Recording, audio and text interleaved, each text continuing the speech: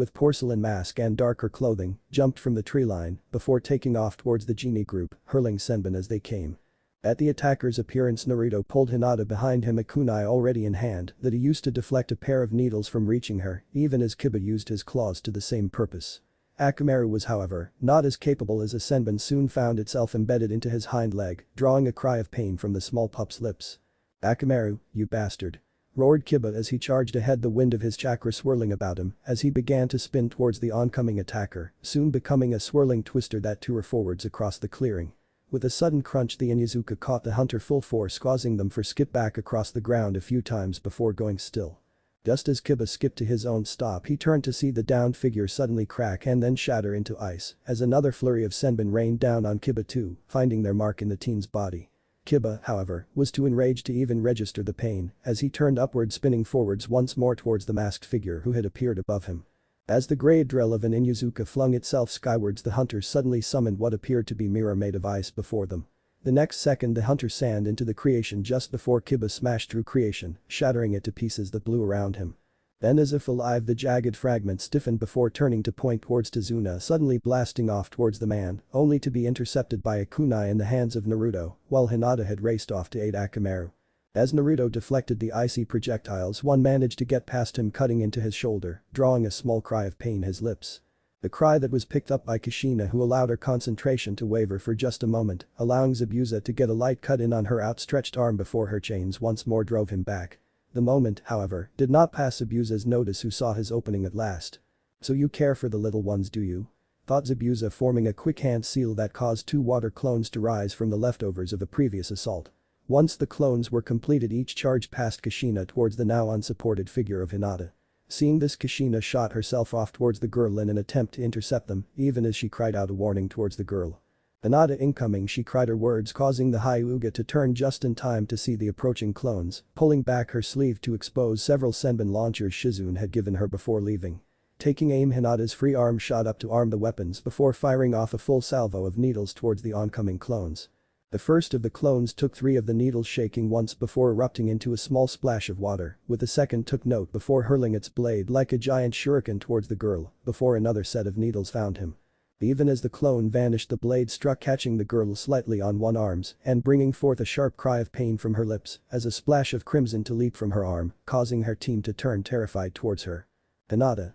came the cry of several voices as the girl grabbed her bleeding shoulder and turned to see her sensei pushing Zabuza back before rushing towards her, even as across the field Naruto was doing much the same. Her eyes didn't focus on her sensei's figure, however, but rather directly behind the redhead. "Sensei," was all she was able to manage before Kushina felt a bite of pain in her back, along with an impact that sent flying forwards as her armor broke under the blow. With a splintering impact, Kushina hit the ground, rolling to a halt just before student, just managing to rise to one knee to face who she knew was behind her. With her now openly bleeding back to Hinata, she could tell it was too late. Zabuza's blade was already thrusting towards her, the tip already repaired thanks to her blood now being swallowed by the sword. Everything seemed to stop for a moment then, as she saw the weapon approaching her and knowing that nothing she could do would stop it now. As her heart let out what could be its final beat, Kushina found herself closed her eyes. A silent prayer flooded their thoughts, praying that somehow the rest would be safe.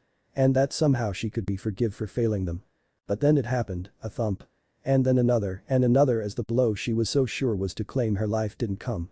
At the same second this crashed over her, she noticed a few drops of something warm and wet hitting her face, prompting her eyes to fly open in surprise. And what she saw before her made her wish that that heartbeat had been her last.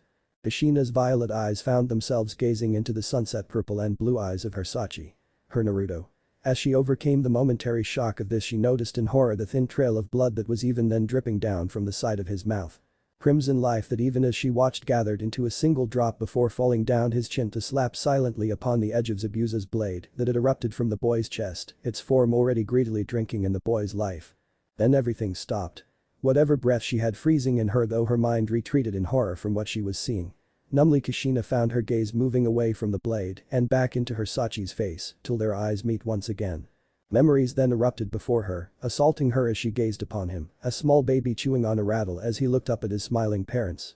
A blonde-haired boy taking his first steps across their living room floor, a look of concentration on his pudgy little face as her husband kneeled down with his arms stretched out with a look of happiness and pride upon it. The blonde boy running from 2 girls that chased him around a playground laughing, while a small red-haired babe shrieked happily at the figures. A teary-eyed boy that sat on his bed looking back and forth between his parents', confusion in his eyes. All these and more suddenly flooding her mind even as tear began to well from her eyes. "Sachi." she whispered in a broken voice as she extended a hand out towards her Sachi's face, even as the light behind his eyes dimmed, the lids falling slowly away from her as the body went slowly limp. Then with a jerk the blade was reached back from his form, letting the body fall limply into Kushina's arms, who drew Naruto's body closer to herself, as if trying to will the boy in her arms back into life, even as she began to shake, unable to contain the pain now rolling across her. "Well, I guess I was wrong, those fake shinobi of yours were good for something after all," called Zabuza in a mocking tone, even as Naruto's blood continued to drip across his mother and into the grass below, dyeing it scarlet. With another vicious smirk, Zabuza heaved back his blade ready to strike down upon the woman. However, before he could move forward to finish the job, a howl of complete anguish burst forth from Kushina. As he watched the woman cradle the mangled body of the blonde genin in her arms, her head thrown back in a cry of abject horror as the remnants of her golden armor shattered around her golden chakra poured forth from her into a swirling whirlwind of pure rage and sorrow. Before the swordsman could react, the whirling chakra coalesced into giant golden chains, the size of those found on cruise ships, before surging forth from the woman in seemingly random directions. The great golden objects lashed outwards, gorging the land and shattering trees as they carried forth the woman's sorrow. Before he could properly react, one of these chains shot forward at him, the impact smashing his blade to pieces before slamming him into the ground and raking him across the field in a horrible display of destruction. But even that did not silence the woman's grief as Kushina continued to howl, holding her son's body closer to her body. Even as her voice began to wane and her chakra chains fell to the ground, breaking apart and disappearing, she continued sob in agony, holding fast to the body of her Sachi. Her anguished cry petering out into a simple amount of reaching sobs and gasps. A moment later, under that cry, Zabuza wrenched himself out of the crater he had been blasted into, his body horribly beaten as bits of muscle now shone clearly upon his back where he had been dragged across the ground, his pain all that was keeping him conscious as he forced his body to move, pushing back the pain that threatened to overtake him as he stepped towards his target. "Yo. You bitch. That hurt," he muttered as he forced himself forwards towards the remnants of Team 11. The team itself was little better than Kushina at the moment. Hinata was all but frozen as Zabuza approached her sensei, the girl's mind trying desperately to fight what she was seeing, even as it bleated desperately for it to not be true. With each step Zabuza took forwards, she prayed that this was some kind of bad dream that she would wake up from soon. And with each step that prayer became more hopeless. Soon Zabuza stood before Kushina again, his blackened eyes looking down at the broken women before him, even as a few trails of blood continued to drip down his body. "For what it is worth," he spoke as he hefted his broken blade up once more, "he died as a shinobi should." He finished as he brought the blade down upon her, even as she raised held Naruto closer to her, unwilling to let any more harm come to him, even in death. But just like the last time, the blade did not reach its intended target. With a loud clang, the executioner's blade was intercepted by a black rod that swung up to meet it, the jagged steel of the sword now set against some kind of black material, which pulsed with a faint purple aura. At the sound, Kushina found herself looking upon a glowing figure who now stood before her. He stood no taller than her own son had only moments before. His blonde hair even waving out behind him like Naruto's had. His clothing even looked similar, the jacket just a bit longer and yellow, emblazoned with a great black tree across the back of it, 10 branches stretching away from the design center. As her mind took this in, a movement from the figure drew her eyes up, where her mind once more stopped as a face she know look upon her once more. "Oh no. Kasen. Is he?" started the figure before her in a voice she had not dared to dream of hearing again. "Sachi?" asked Kushina in a broken voice, looking between the blonde boy before her and his twin in every aspect still nestled in her arms. "Naruto, you need to get rid of Zabuza now. I'll think of something, but you need to get rid of him," cried the Juubi to the Naruto she had been training for the past 6 years, the Naruto who had been born the night that the little boy had given a servant of Kami the idea to change his fate. Chapter 6. Talking. Thinking mental conversation decided to change font so it is easier to tell, let me know it helps. Demon God or the like. Jutsu. A secret is out. Kushina found herself looking upon a glowing figure standing before her. He stood no taller than her own son had and seemed to be wearing a golden glowing jacket with a great black tree patterned across the back of it with 10 branches stretching out from its base. As her eyes traveled up, she saw a familiar set of eyes looking down at her from the mysterious figure. "Oh Kami-kasen, I'm sorry, if I had known I would have been here sooner," said the figure before her in a voice she had not dared to dream of hearing again. "Sachi?" asked Kushina in a broken voice, looking between the figure before her and the boy still nestled in her arms. "Naruto, there isn't time to explain, he can still be saved, but you need to get rid of Zabuza now," cried the Juubi to the Naruto who now stood above Kushina, even as the Reed finally passed out due to exhaustion. "Hey Juubi, let's do this," he shouted in his mind. Zabuza could not tell what was happening before him. One moment he was bringing the remains of his sword to bear down on his victims, the next someone who was almost a complete copy of the boy he had just squired moments before appeared and was blocking his blade with some kind of strange black bar that glowed with an odd purple energy. As he looked at the figure before him, his highly developed senses began taking in the new arrival's form as quickly as possible. The figure looked so much like the boy that still lay in the redhead's arms he would have sworn on his sword that they were twins. The same purple and blue eyes, the same height, hell even the same hair color. The differences, however, were just as striking. While the first boy had been dressed in what he could only describe as an orange jumpsuit, this new figure seemed to be coated by a strange energy acting as clothing. His body was defined by a black bodysuit with several glowing markings along it in the shape of leaves. On top of this, what appeared to be a golden jacket sat, giving off flakes of golden energy even as it waved gently in the breeze. The man noticed too that the boy's skin seemed to be giving off the same golden light as well, and that his hair now had two golden horns that seemed to be formed from his hair. Before he could see more, however, his senses screamed at him to dodge as the figure brought another one of those strange black and purple bars towards his head in a horizontal arc. Zabuza leapt back from the attack, landing a few yards away in a crouching position beside the hole that he had only recently crawled out of. "Who or what the fuck are you supposed to be, kid?" Zabuza called across the battlefield as he landed, his eyes never leaving the new figure. Naruto did not react to these words, turning his head once again to look down at the bloodied and broken form of what appeared to be himself still cradled in his mother's arms before looking back at the swordsman. "You'll pay." Naruto spoke in a voice barely above a whisper, even as his hands tightened around the two rods he held in his hands and he called for his seeds to approach him. "What?" replied Zabuza, not clearly hearing the boy's words over the continued sounds of battle coming from where Haku and Kiba were still engaged. "I said you'll pay, you bastard," screamed Naruto as he charged forward, even as several objects seemed to phase into being around him.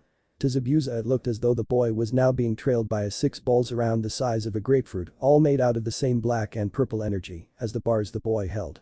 His questions did not last, however, as whatever the things were two had detached themselves from the circle. They seemed to form around the boy's back and were now rushing towards him at insanely high speeds.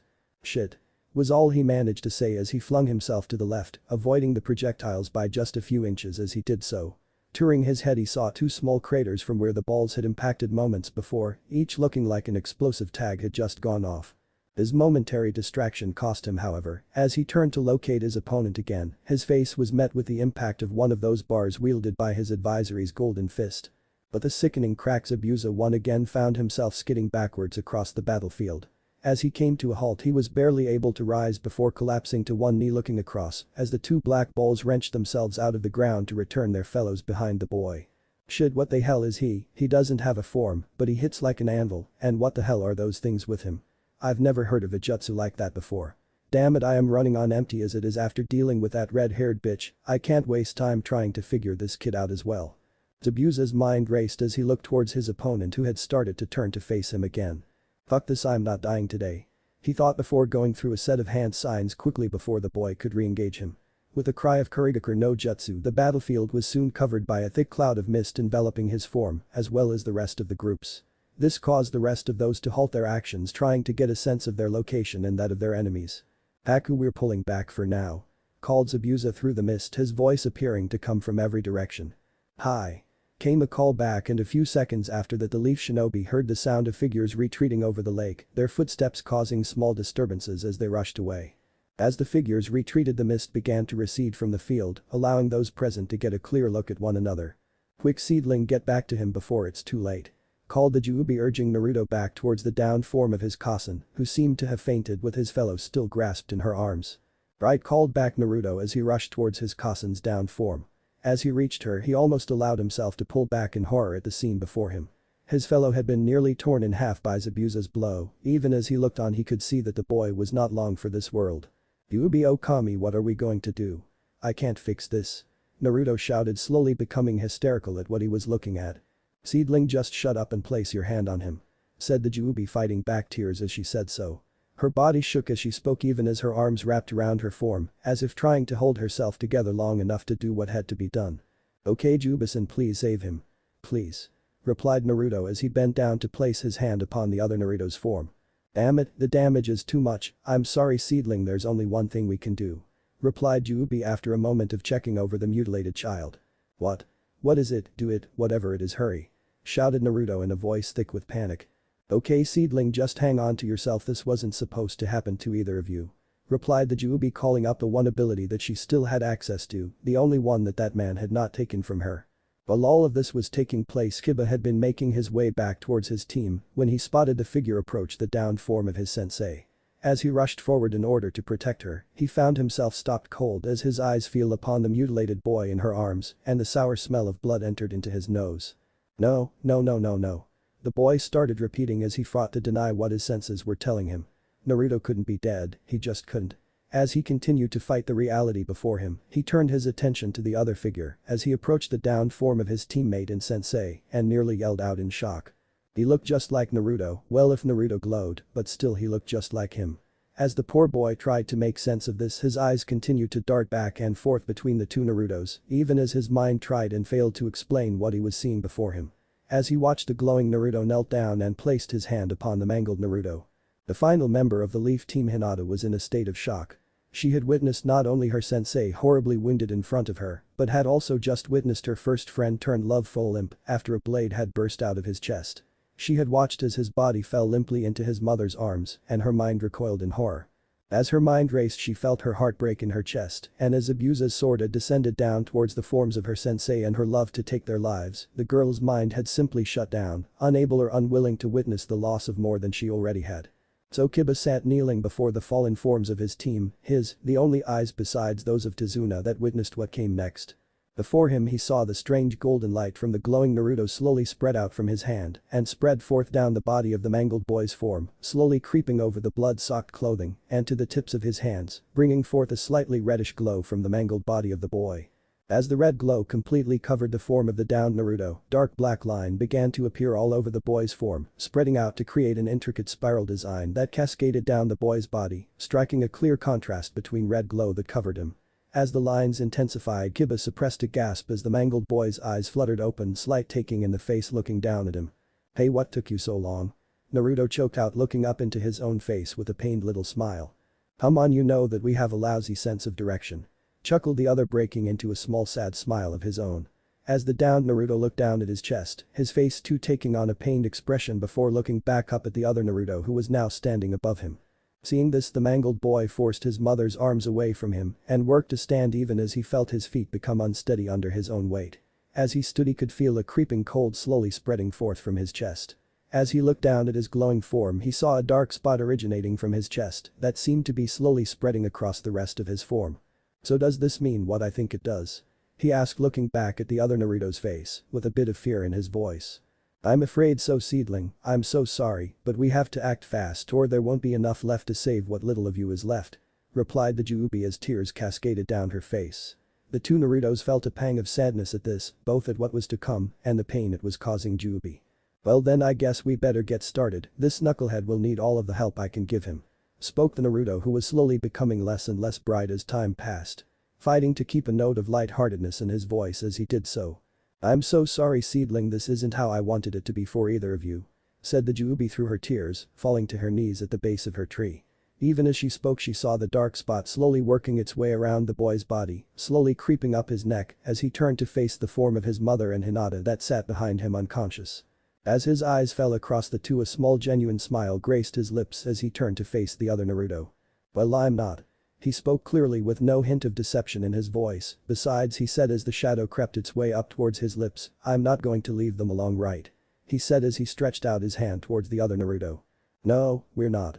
Smiled the golden glowing Naruto, stretching out his hand to grasp the other's hand, besides I guess we both had a good run, but everything has to come to an end eventually, I guess. He said, mirroring his fellow's smile as the two's forms began to glow as the golden light mixed with that of the red, bringing forth a blinding flash of orange light that momentarily blinded those watching. From the light spoke the voices once more before both faded. Come on, Juubi, don't cry, we knew it couldn't last forever, besides it's not like we're really leaving, so send us off with a smile, okay? Echoed the two boys' voices simultaneously. Hi, seedlings, I guess you're right, but I wasn't ready for it to be this soon. Spoke the Juubi, drawing one arm to wipe the tears from her face and fight to form a smile to see the two off. That's more like it, Juubi, just think now we'll be twice as awesome. Shouted the two's voices as the light met its apex and their two forms were completely engulfed in it. With a blinding flash, the light erupted into a brilliant blast of orange that could be seen reaching up into the sky for miles in every direction. On Toad Mountain, the great Toad Sage cried out in fear as the prophecy that he had given so long ago began to shake and glow before him, rattling back and forth as a strange orange light began to engulf it. Even as his aged eyes looked on the scroll rose before him before unrolling and showing as two simple words beginning to glow and slowly fade away from their fellows as if eaten away by time. As the light faded around the scroll and it clattered to the floor, the doors to the Toad Sage's hall burst open as several toads shot forward to answer the cries of their elder. The elder Toad Sage only looked down at the scroll that had fallen before him, mouthing silently, wondering what had just occurred before him. Even as the toads rushed forward, the elder's mind could only think what those two simple words could mean for their world, such simple words either, and or how could they change things so. Back in wave, the blast of light had finally subsided. As it faded, it revealed that the two boys had been replaced by a single figure standing where the two's hands had met. No wind blew, and both animal and nature seemed to go silent for a moment. If one were to look around, one could have sworn that the trees themselves were swaying of their own accord to bow forward towards the figures that stood in the clearing. As Kiba watched this, he could not bring himself to do more than stare open-mouthed at what he was seeing. The new figure stood the same height of the previous two Narutos. His clothing had changed from either of the fellows as well. While he still seemed to be clothed in a full black suit, the color of the symbols and the jacket that adorned it had changed to a bright orange. As the figure turned to face Kiba, he saw that his eyes were now completely purple, with small spattering of black one throughout them, all traces of blue too, having seemingly faded from them. As he watched, the small black balls that had before circled the golden Naruto's form descended to create a circle around the boy, dancing about his form, as if rejoicing in seeing an old friend once again after a long absence, before they moved to slowly faded into the figure's back. If Kiba had been able to see the boy's back, he would have seen the tree on the back of the jackets seem to shift slightly, as upon 6 of its 10 branches, a single black ball appears as if hanging from it like a piece of fruit. Izuna was looking on in complete shock. A myriad of questions raced through his mind as had watched a battle between the shinobi, but now he was frozen in shock at what he was witnessing. He couldn't put into words what he was seeing. The boy he had seen die had appeared in glowing golden and driven off the shinobi with a huge sword. Then the first boy who had been hit had started to glow a kind of red and stand up, only for the two to join hands before a third new boy showed up. Even as he continued to look on, the light slowly faded from the boy, leaving him wearing a black bodysuit with an orange jacket over his forehead, the symbols on both fading until his garb no longer glowed, his hair also falling to lay delicately across his brow, as a pair of headbands could be seen grasped in both of the boy's hands, one drawn back with a red cloth, while the other was adorned with a yellow one. As he watched, the boy looked down at the two headbands for a moment before tying one to each of his arms just above the elbow of both his arms. The new figure turned to face Kiba full in the face, feral-looking eyes into those purple ones, and for a moment silence fell between the two. Before the new Naruto raised a single hand behind his head, scratching slightly before breaking out into a familiar grin before speaking. Hi Kiba. Naruto said privately, hoping that the Inuzuka wouldn't freak out. This, however, was wishful thinking, as the Inuzuka only raised his hand to point at the boy before him. What? Whoa, how? Kiba managed before he just broke down into hysterical gibbering. Naruto, seeing this, could only rub his head a little more before letting his arms drop to the side and start striding towards the poor Inuzuka as he tried to understand what was happening. Once Naruto was standing before Kiba, he cocked back his fist, still holding one of the forehead protectors, before slamming the fist onto the top of the boy's head, causing him to fall onto his butt, rubbing his head savagely. Ouch, what the hell, Naruto, would you do that? Shouted Kiba, not thinking and instead just letting his voice speak what his mind had failed to grasp, that the boy before him was indeed Naruto. Well, it was either that or letting you stand there and wet yourself again, like that one time in class. Naruto responded with a chuckle, happy to see that his gamble had worked. For the last time, that wasn't what happened. I just spilled some of the kumris water on me during lunch. Shouted the embarrassed Kiba, even as he began to focus back on his surroundings once again. As he looked up at the smiling blonde, he found his voice dying away as the events that had just occurred came crashing back down on him. Naruto, is that really you? He asked in a half-scared voice. The one and only buddy. Replied Naruto, stretching his hand down to help the Inuzuka to his feet. Oh, and Jubi, you can stop crying, they're both fine, or I'm fine, or whatever the point is, stop crying, everything is okay. Thought Naruto, trying to comfort his companion. I know, my little seedling, it's just hard seeing them go. Said Jubi, softly leaning back against her tree as she gazed up through its white and purple branches as the light that shone between them. Well, they didn't really go, but I understand, just try and smile for all of us, okay? Replied Naruto softly. I'll try, my little seedling, I'll try, just take care of you team for now, something tells me we will have to answer a lot of questions soon. Finished the Jubi, closing her eyes as she finished speaking. I just hope Kasen and Hinata will be okay. Naruto thought back as he finished helping Kiba to his feet. "So what happened just now, and why were there two of you, and didn't you get stabbed?" asked Kiba as he looked Naruto up and down, as if hoping the answer would jump out at him. Naruto only raised his hands at this, trying to calm his friend down before beginning. "Okay Kiba, I know you have a lot of questions, but for now let's get the rest of our team out of her. Kasen and Hinata need some treatment and I can't do more than basic first aid," he said, turning to the still stiff form of Tazuna as he finished. "Hey Tazuna, is your house near here? We need to get these two inside as soon as possible," called Naruto, knocking the man out of his daze as he did so. "Wah, yeah, it's just down the road," said Tazuna, still in a complete daze at what had just happened before him. "Good, could you show us the way?"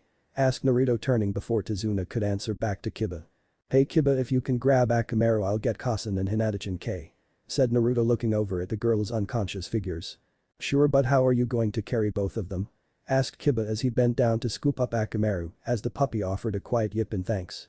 "Well, I can carry Hinata-chan pretty easy, so I guess my seeds will just have to carry Kasen," Naruto said, looking down at the redeed even as he bent down to lift Hinata from the ground.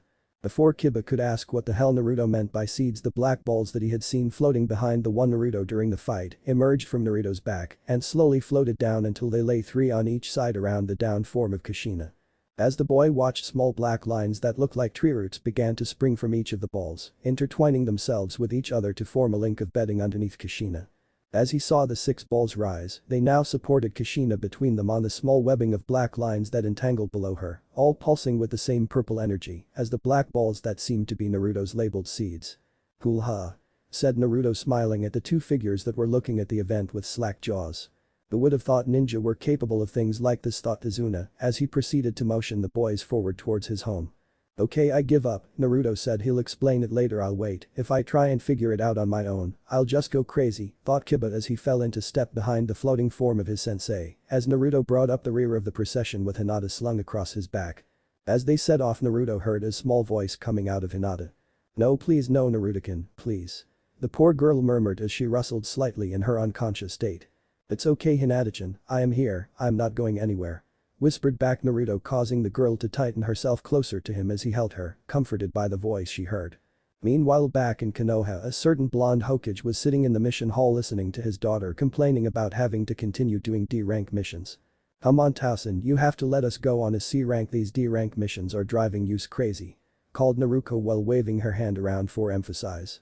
"Naruto, as I've said before, your sensei is the one who has to approve the mission, you yelling isn't going to get you one any faster," replied the Hokage in a half-scolding, half-pleading voice.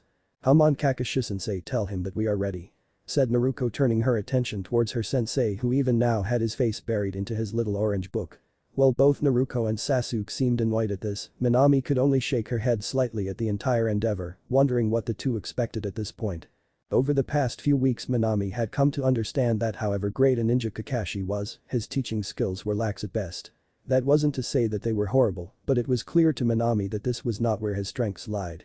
He was a solider, a solo worker, and asking anything else of him resulted in a minimal amount of effort from the man. As a result, Minami could not help feeling the only thing that kept the man from resigning was his own personal pride, not allowing him to admit to his own flaws. As a result, instead of handling the trouble with her sister, he seemed completely content to simply take the path of least resistance whenever something like this happened. So as she turned towards her sensei, she knew the answer before it had even occurred to Kakashi. Well, I think they are ready, it would be good experience for the team," stated Kakashi, simply barely looking over the brim of his orange book as he said so. As he spoke, both Naruto and Sasuke adopted confident smiles on their faces as they looked back at Minato, who only sighed slightly at the whole exchange. "Very well, if Kakashi believes that you are ready, then I suppose you should be ready for one. At the moment I don't have any that should work, but come by tomorrow and I'll have something for you," Minato said, inwardly smiling at the idea of his girls headed out towards their first C-rank mission. "Okay Kakashi, your team is dismissed for now, how about you go and get some training in before dinner, girls? Tonight Mito will be home from the Hyugas around 8, so we can all go out together," he continued, looking between the smiling Naruto and the more subdued Minami. "Minami seems a little out of it, I'll have to ask her about it later," thought Minato, looking down at the scrolls before him as another team stepped forward. "Teammate reporting for duty, Hokage-sama," spoke Kurenai, stepping forward before her students. Behind her, Sakura, Shino, and Yakumo all stood at attention. Over the past month, teammate had been excelling in their performance. Sakura had caught the eye of Tsunade and had been attending private lessons along with Hinata before they were able to become official apprentices at Chunin level. At the moment her skills were increasing by leaps and bounds, and Tsunade had even hinted at teacher Sakura, her own private strengthening technique, if her progress continued at the high rate it had been. Sakura had taken to wearing a set of pink arm bracers with her battle kimono and matching leg warmers that concealed armored plates for added protection. Tsunade had insisted that if she was going to be a battle medic, her first duty was to be protected enough so that when her team needed her she would be available. 3. To Sakura's right stood Shino Aburam. The boy had changed very little in appearance during her training. However, to assume he had not progressed at all would be a mistake. During his training, he had been able to increase his hive capacity to twice that of just a month previously. Besides this, his teammates had noticed him speaking up more and more as time went on. He seemed to want to be noticed more and more by those around him, but to this point, he had not managed to find out how to. The final member of the team stood directly to Sakura's left and stood just about the same height as Sakura. She was of a thinner build than her teammates, and her skin had a clear porcelain look. She was dressed in a simple white kimono top that ended around her waist. There her outfit continued into a small red skirt that traveled half the distance to her knees. Underneath her kimono she wore a mesh shirt as well as a set of white bandages after the same fashion as her master. Her brown hair still fell straight down her back, but her forehead now was adorned with a leaf headband tied with a red band. Her brown eyes never left the form of her sensei Kurenai. From the time that she had been a little girl, Kurenai had been her instructor there to help guide her abilities and support her, and for that the women had become her idol, and Yakumo had strived hard to make herself the greatest practitioner of Jinjutsu in the same manner of her master. The team had worked well together towards their own goals and had bonded well over their month in active duty. Kurenai approached the Hokage's seat and placing down their completed mission report before reassuming her position before her team. As the Hokage looked over the report, his attention was drawn up toward Kurenai as the sensei cleared her throat. "The Kage-sama, my team has proven themselves ready for our first crank mission. I ask that we be granted the next available one that would fit a genie team," she stated with no small amount of pride in her voice. Minato was slightly caught off guard by this. He didn't think that the other rookie teams would be advancing as fast as his daughter's team had been. "Unfortunately, Kurenai, the next available crank has already been spoken for by Team 7. Your team will simply have to wait until another mission becomes available that will fit with your team's skill level," replied Minato, not seeing the small look of irritation crossing the woman's face. "With all due respect, Hikage's Team 8 has completed twice the amount of missions as Team 7 in the past month. I would like a reason that my team is being denied the opportunity for more missions over Team 7," stated Kurenai with a firm voice that made it clear she was prepared to fight for what she felt her team had earned. Minato was once again unprepared for this kind of remark from the women. "Kurenai, while I do appreciate your efforts towards your students, but belittling other teams is not the way to help your team's own advancements," said Minato, looking at getting the women to back down. This, however, was not going to happen. "Hokage, I am not belittling anyone by stating clear facts about my team's performance as compared to another. My team has completed a superior number of missions for Konoha and have done so in the manner expected of Konoha shinobi. We stand by our record and ask you if Team 7 can say the same," stated Kurenai, losing patience more and more as the conversation progressed. "Kurenai, I will say this very simply, Team 7 will be receiving the next crank mission, and if you peruse the issue further, then your team will be stuck with drank missions for the foreseeable future. Do I make myself clear?" stated Minato, adopting a toneless voice that despite herself Kurenai was unable to reply to. "Hi Hokage, we will be departing then." Team 8 was heading to training field 15. Kurenai said, falling back into her solider persona, turning to march out of the building with a scowl marring her face. Iruka, who was working in the mission office, could only glance from the retreating form of Team 8 to Minato, wondering why the man was so obviously favoring his daughter's team. Sure, it was one thing to care for his children, but to start shaping his decisions on the village around them, something was different. What was the Hokage thinking in doing this? But before he could spend more time considering this, the front doors of the office burst open and the familiar form of the Toad Sage stood before the Hokage. "Minato, we need to talk now. It's about the girls," shouted Jiraiya, and a clear panic etched upon his face as he turned his eyes to face Minato. Minato for his part felt his blood freeze at these words. "The girls, what's going on, Okami, what's this about?" he thought before disappearing in a yellow flash, appearing before his sensei, where he once again flashed away towards his office. Meanwhile, back in Wave, Naruto and Kiba had finally arrived at Izuna's home. As they approached the modest two-storied building, the door swung forward to greet them. Out of the home stepped a blue-haired woman with a welcoming face and simple pink dress. Her face held a combined look of happiness and concern as she turned her black eyes upon the procession in front of her. Her eyes scanned across the group before settling on Izuna, and with a cry of happiness, she rushed forward to embrace the old bridge builder. "Howson, you're back," she cried happily, wrapping the old bridge builder in a tight hug. "Tsunami," replied the man, returning the hug for a moment before holding the woman a little away so as to get a clear look at her, smiling to see her alright. "Tsunami, you seem okay, how are things, isn't Ari alright?" asked Azuna, looking from her towards the house and back as he spoke. Tsunami nodded quickly in response to his questions before her eyes turned to see the rest of those present. Azuna noticed her shifted gaze and turned to see her looking at his escort, mentally berating himself for not concentrating on their well-being first before spending time with simple pleasantries. "Tsunami, hurry, these people need to get inside now, I'll explain everything later, for now just hurry and prepare a room for the women on the top floor." Tazuna quickly instructed his daughter before turning to face Naruto. "Can you get her up there with," here he gestured towards the black webbing holding up the women, "those things?" "Not a problem," replied Naruto before the seeds began to move forward, carrying the relaxed form of Kushina forward into the home and towards the room following Tsunami. As this was occurring, the continued talking had been enough to start to rouse Hinata to waking. As she blurrily opened her eyes, she was greeted with a sea of blonde and orange directly in front of her, along with a voice she had feared never to hear again. As she continued to awaken, Naruto spoke again. "Okay Kiba, let's head up and make sure Kasen will be okay, my seeds can keep her stable for now, but we really need to get Hinata awake to look her over," Naruto stated, directing both of them to follow Kushina's form inside. "Naruto," Hinata said softly, as if not daring to believe her own ears. Her voice prompted Naruto to turn his head slightly so that he could see the girl draped across his back, greeting her with a large smile as he did so. "Hinata-chan, you're awake, are you okay?" Naruto asked as he looked into her eyes, those pale pupils, lavender eyes into the new black and purple ones of Naruto. Hinata, however, was not comforted as their eyes meet. As lavender gazed upon purple and black, a horrible feeling fell upon Hinata and she began to struggle against the gentle hold of Naruto. "Hinata-chan, what's wrong?" asked Naruto, trying to keep the girl from simply falling off of his back, concern evident in his voice. No, you're not him, let me go, who are you?" Hinata shouted as she landed a Jaiken strike upon Naruto's back, causing him to drop the girl. Hinata rose to her feet, taking a few steps back from Naruto, still not quite sure as to what was happening. "Ouch, Hinata-chan, would you hit me like that?" asked Naruto, rubbing his back where the blow had hit, even as he turned to look at Hinata with a worried expression on his face. "Seedling, the last thing she saw was you getting stabbed and dying, she has every reason to be suspicious of you," spoke Jubi for the first time in an hour, trying to help the boy understand what was happening. "Right, crap, how am I going to convince her that I'm me? Wait, Jubi, do I look different? Am I still blonde? Oh Kami, did I shrink? Please tell me I didn't, I'm already the same height as Hinata-chan, and she'd never go out with someone shorter than her," babbled the boy in a panic, letting his imagined fears get the better of him for a moment. "And here I was thinking that you might become more intelligent after what happened, well I guess that's out the window, look, just calm her down for now before she hits you again," Jubi said, interrupting the boy's babbling. "I," replied Naruto, focusing back on a battle-ready Hinata before him. Meanwhile, Hinata was having her own mental debate as she took in Naruto's, or in her view the imposter Naruto's, figure. "Okay Hinata, think the last thing you remember is Naruto-kun. Naruto-kun being.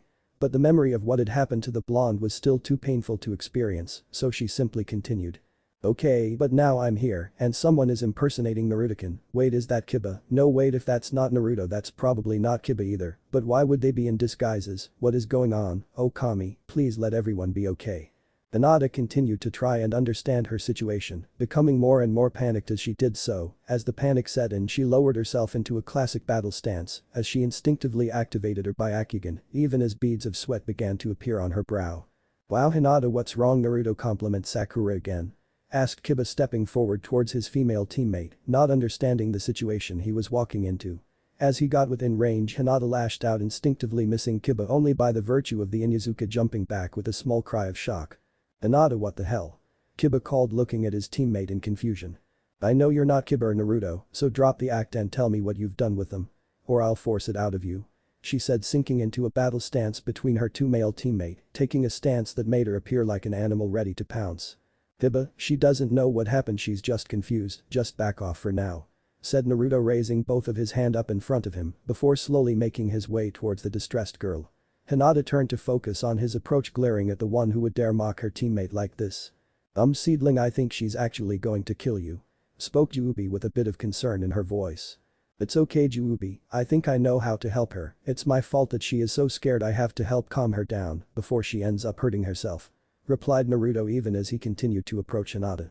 "Okay Seedling, just be careful, it's been a bad enough day already," spoke Jubi with a touch of sorrow still in her voice. Don't take another step, you impostor. Shouted Hinata, focusing on the approaching blonde, her voice a mix of fear, anger, along with a small twinge of hope. Deep down away from her rational mind, her heart was begging for the boy before her to be real. Hinata-chan, it's me, it really is, I promise you, please. Naruto said even as he closed in towards the girl with his arms still raised before him, only a few feet from the girl. He could see the emotions flying through Hinata's face as he stepped within a foot of her.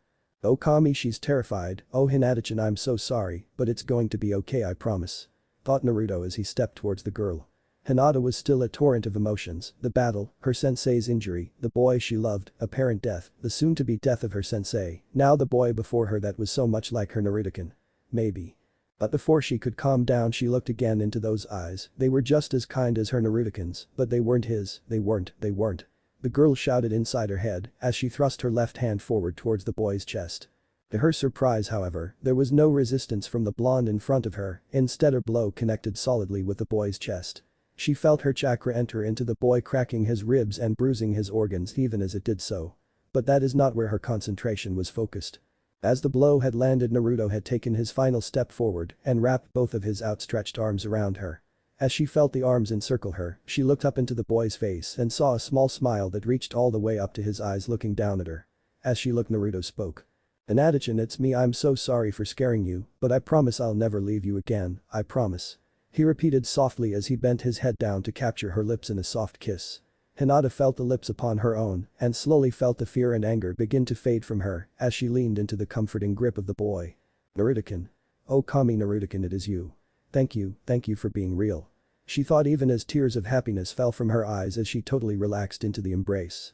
When the kiss had ended, Hinata simply sank into Naruto's embrace, holding tight to the boy as if afraid that if she let go, he would disappear, her body shaking with suppressed sobs. Naruto only held the girl, whispering soft comforting words into her ear as he did so. So seedling, when are you going to start crying? I know that blow hurt you quite a bit and that hug isn't doing you any favors. Spoke Juubi with a smile upon her face as she looked at the tender moment before her. Later, Juubi, don't spoil the moment. He fired back even as he winced slightly at the pain in his chest. Hinata-chan, I'll explain everything soon, but Kasen needs your help right now, okay? Naruto spoke as he gently detached the girl from his chest and moved one hand to wipe away the tears on her face. Hi. Replied Hinata softly as the two turned to enter the house, following beside Naruto with Kiba shaking his head, bringing up the rear. As they entered, Tazuna directed them up towards the room that they had placed Kushina in. As they arrived on the second floor, they spied a door to their left open and proceeded along towards it. As they entered, Hinata looked shocked at the strange bed of what appeared to be black roots that pulsed with an odd purple light that made up Kushina's resting place. With a reassuring squeeze of her hand, Naruto led her over to Kushina's side.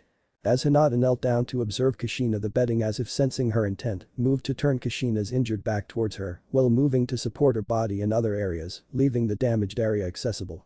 Hinata moved to begin her treatment, pushing back her questions until after she was sure that Kushina would be alright. As she placed her glowing green hands upon Kushina's back, Naruto and Kiba took seats leaning against a wall, Kiba having Akamaru in his lap while softly stroking the pup's head as the two looked on at Hinata's work. Back in Konoha, Minato and Jiraiya were in a heated debate in the Hokage office of the Hokage. The two sat alone, having dismissed the guards and sealed the room only moments after arriving, and the two were now attempting to figure out what could be happening. Jiraiya, I don't understand, I didn't think a prophecy could be changed, I thought they were simply a reading into a fated event, what could cause something to change that? Asked Minato, trying to understand the situation they found themselves in. I don't know, kid, nothing like this has ever happened before, prophecies don't just change, it doesn't work like that. A prophecy can fail if something goes wrong, but in that case the scroll holding it just turns black. No, this is something else. Spoke Jiraiya, looking back at Minato.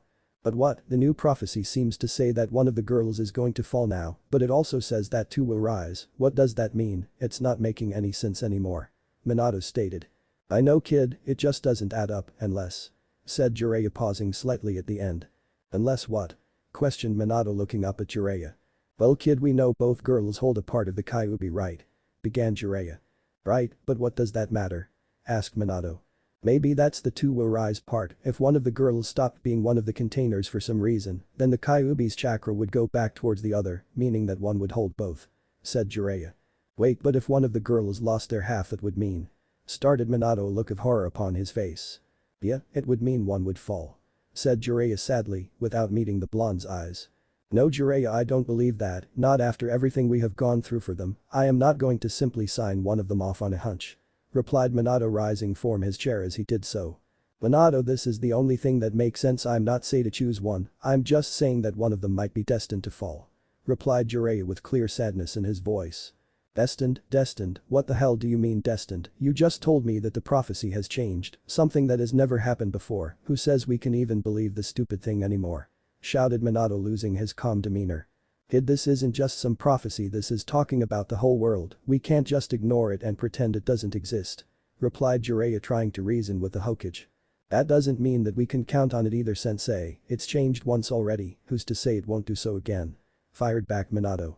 Kid, you don't get it, no prophecy has ever changed like this before, the only ones who can do something like that are Kami's court or their agents. Shouted back Jiraiya. What? Asked Minato, halting slightly in his ranting. Look kid, the Toad Sage doesn't just make these things up, he has just shown flashes from Kami's court, the only ones who can change their words are other members of that court. Continued Jiraiya to a shocked Minato. You see what I'm saying now kid, this is something big, look I don't pretend to know exactly what this change might mean, but we have to try and figure it out, because whatever it is it's big. Said Jiraiya with a serious expression upon his face. Yes, but we don't know what it means yet Jiraiya, and I'm not going to just write off one of the girls on a guess. Replied Minato firmly. I'm not saying to do that kid, but I am saying we have to start watching things more closely, because something is going on, and whatever it is, it will decide the future of the shinobi world. Stated the Toad Sage before continuing their debate on the matter further. What neither could guess was that the agent of Kami that had acted had done so in the interest of Minato's only son Naruto, who at that moment was watching as Kushina was just beginning to stir from her sleep. Hinata had managed to repair all of the damage to Kushina, but she was still suffering from chakra exhaustion after that last blast she had released in her grief. Hinata said she was likely to be bedridden for no more than a couple of days, however, thanks to her Uzumaki recovery ability. Uzumakis were known for replenishing their chakra at an accelerated rate, as a result they tended to have longer lives, leading to the idea that they possessed some type of healing ability. In truth, most Uzumakis had simply mastered a simple type of medical jutsu that allowed their chakra to accelerate their healing. However, at the moment all that mattered to the three genin was the stirring form of their sensei. Kushina had been placed on a futon on the floor of the room, Naruto's seeds having withdrawn the black net and receded back into Naruto's jacket, causing more than a few confused looks as they did so. As the Redeed's eyes began to flutter open, her gaze was drawn immediately towards the purple and black eyes of the Naruto that was one of three, looking down at her with concern etched into his face. As she looked into his face, her mind seemed to wave back and forth between the events she had witnessed and reality. Zabuza's blade plunging through her Sachi's chest, a second Naruto appearing out of nowhere to protect her. Her holding the limp form of her Sachi in her arms even as the life drained out of him. As these and more thoughts rushed through her mind, a voice interrupted her train of thoughts. Asen, you're okay, we're in Tarzana's home in Wave, everyone is okay. Spoke Naruto, slowly trying to give the women something too simple to understand before moving on to explaining what exactly she had experienced. Oh. Iaiu. Kushina began. Well seedling, I guess it's time for you to decide if you're going to tell them or not. Spoke the Juubi, looking at the scene before her. Yeah, I guess you're right Juubi, it's about time we let you meet them. Thought Naruto even as three of Naruto's seeds rose from his back before shooting forward to rest on the foreheads of the rest of Team 11. Chapter 7. Talking. Thinking mental conversation decided to change font so it is easier to tell, let me know it helps. Demon God or the like. Jutsu. Hard truths. Before any of the members of Team 11 could do more than look surprised, the black orbs had made contact with their heads. Naruto, seeing this, stood slowly and approached the door, closing it securely and propping himself against it before his attention was drawn back to the room by a yipping noise. Oh Akamaru, sorry, I almost forgot about you. Said Naruto apologetically as another seed detached itself from his jacket and moved to plop down on the pup's head. As it did so, Akamaru experienced the same odd sensation of calming that had overcome the rest of Team 11. As the calming feeling flowed over the pup, he experienced a gentle pulling sensation in the back of his head, as though someone had placed their hands on the nape of its neck before gently pulling him backwards into darkness. When the pup next opened his eyes, he was in a large field, lying on what he thought to be soft grass. As he looked around, he spotted his partner standing a few feet away from him, looking around while conversing with the two females of the group. Hinata. Sensei, where are we?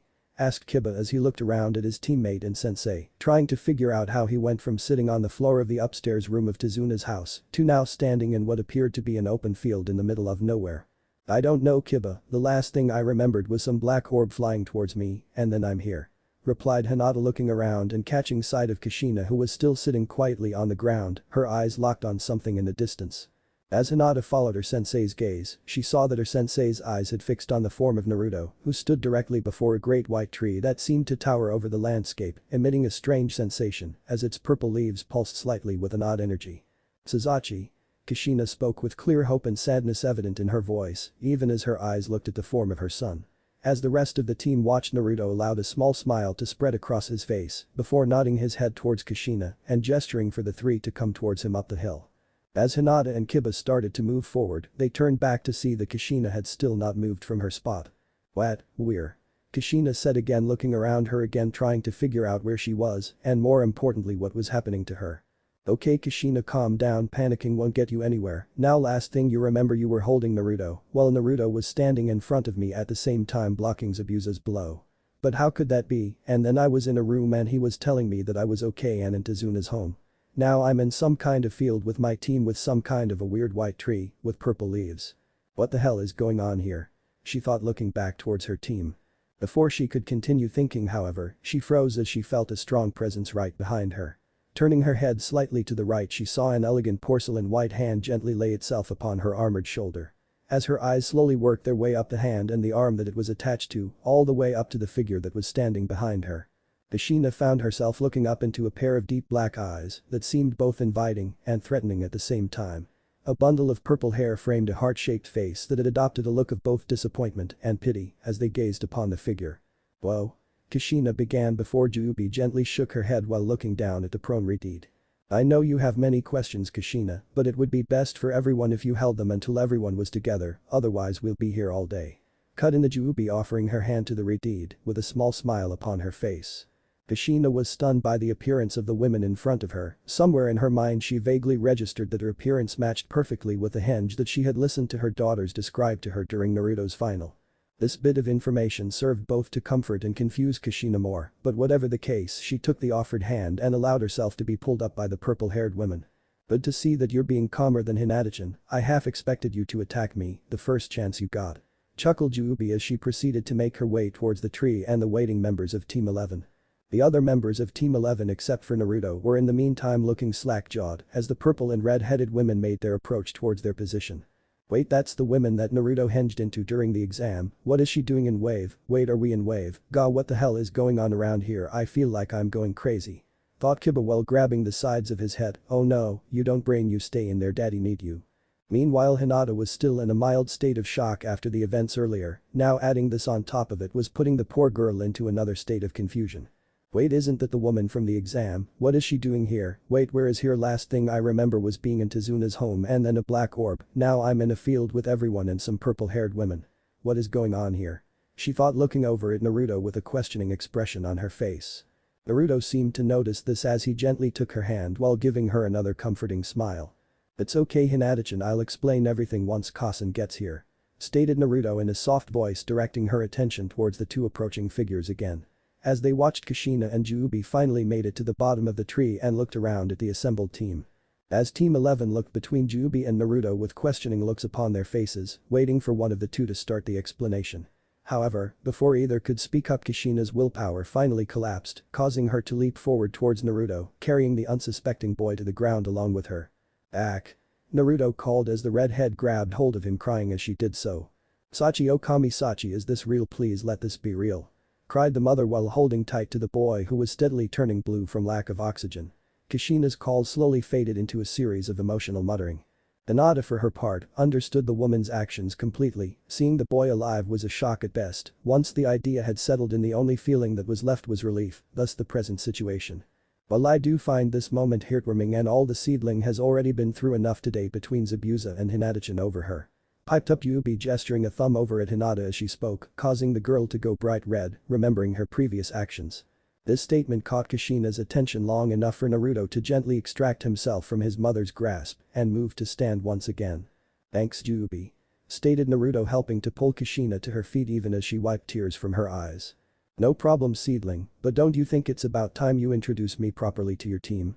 asked Yubi, allowing a small smile to cross her face as her words spurred the rest of the group to turn their attention once again upon Naruto. "Oh yeah, Kasan, Hinata-chan, Kiba, this is Yuubi, she's the nice lady that lives in my head," said Naruto, smiling as he spoke, not noticing that Yuubi had stepped over and begun banging her head repeatedly against her try while muttering baka to herself over and over. "What?" shouted all three members of Team 11 as Naruto finished his explanation. Yuubi halted her activities for a moment to turn towards Naruto with an incredulous look on her face. "Naruto, would you mind introducing me in a way that doesn't make people think that you have completely lost your mind, or is that too much to ask?" said Yuubi in a sarcastic voice. "Hey, what does that mean?" fired back Naruto with a hint of indignation in his voice. While the two were arguing, Team 11 were looking back and forth between the two, trying to decide if they were ever going to stop. "It means, seedling, that you're not helping the situation by saying things like them when they don't know what's going on," replied Yuubi while readjusting her hair out of her face to look back into Naruto's face. "Hey, that's what you are, what's wrong with telling them like it is?" Naruto said with a hint of annoyance in his voice.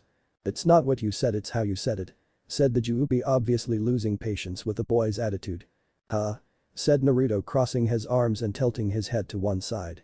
This conversation continued for several more minutes until Kushina finally lost patience in waiting for someone to explain their current situation, so with her usual level of delicacy and with an amazing amount of restraint, she addressed the two in a calm and respectful tone.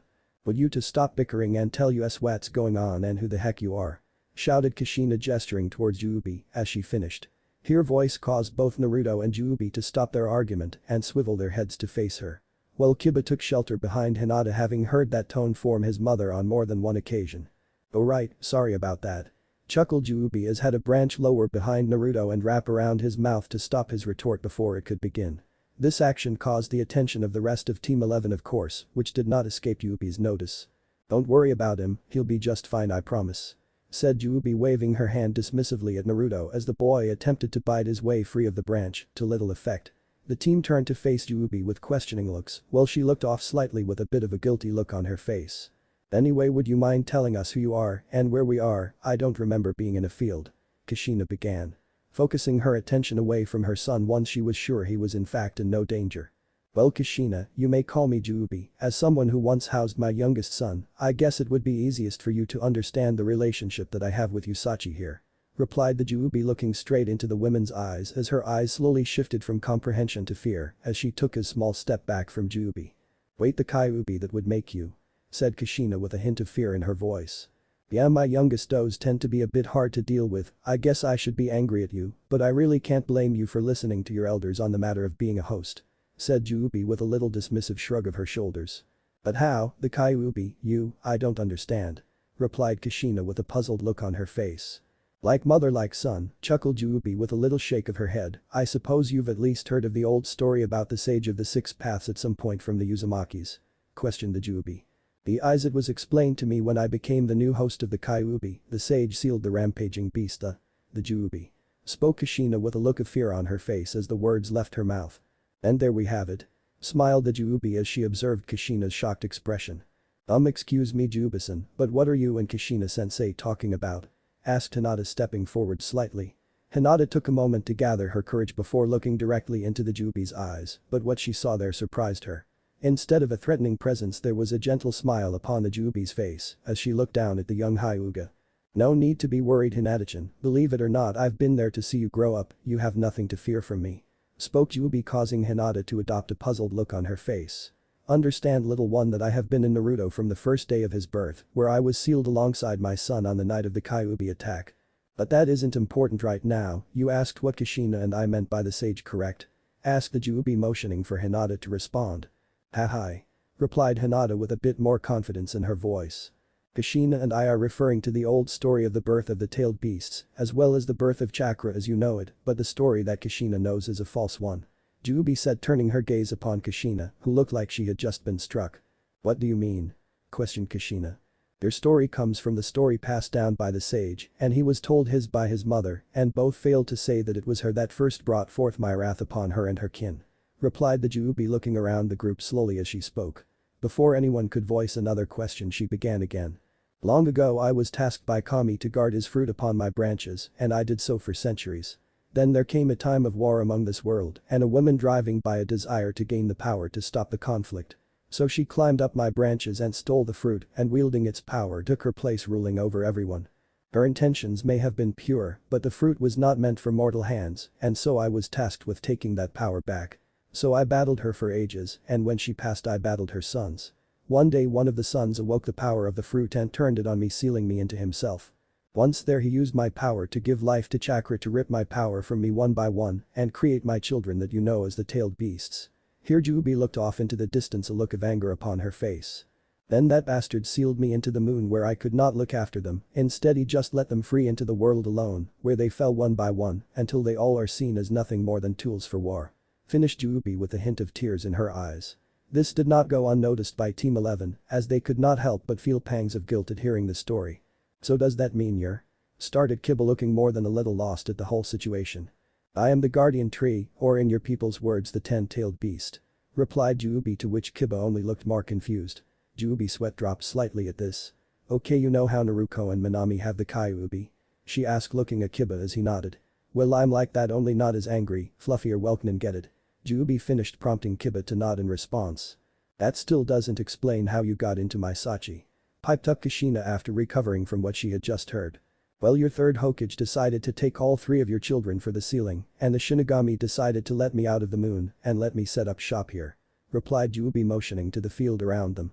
So where is here? Responding to the Jubi's gesture. Well, this is inside his mindscape.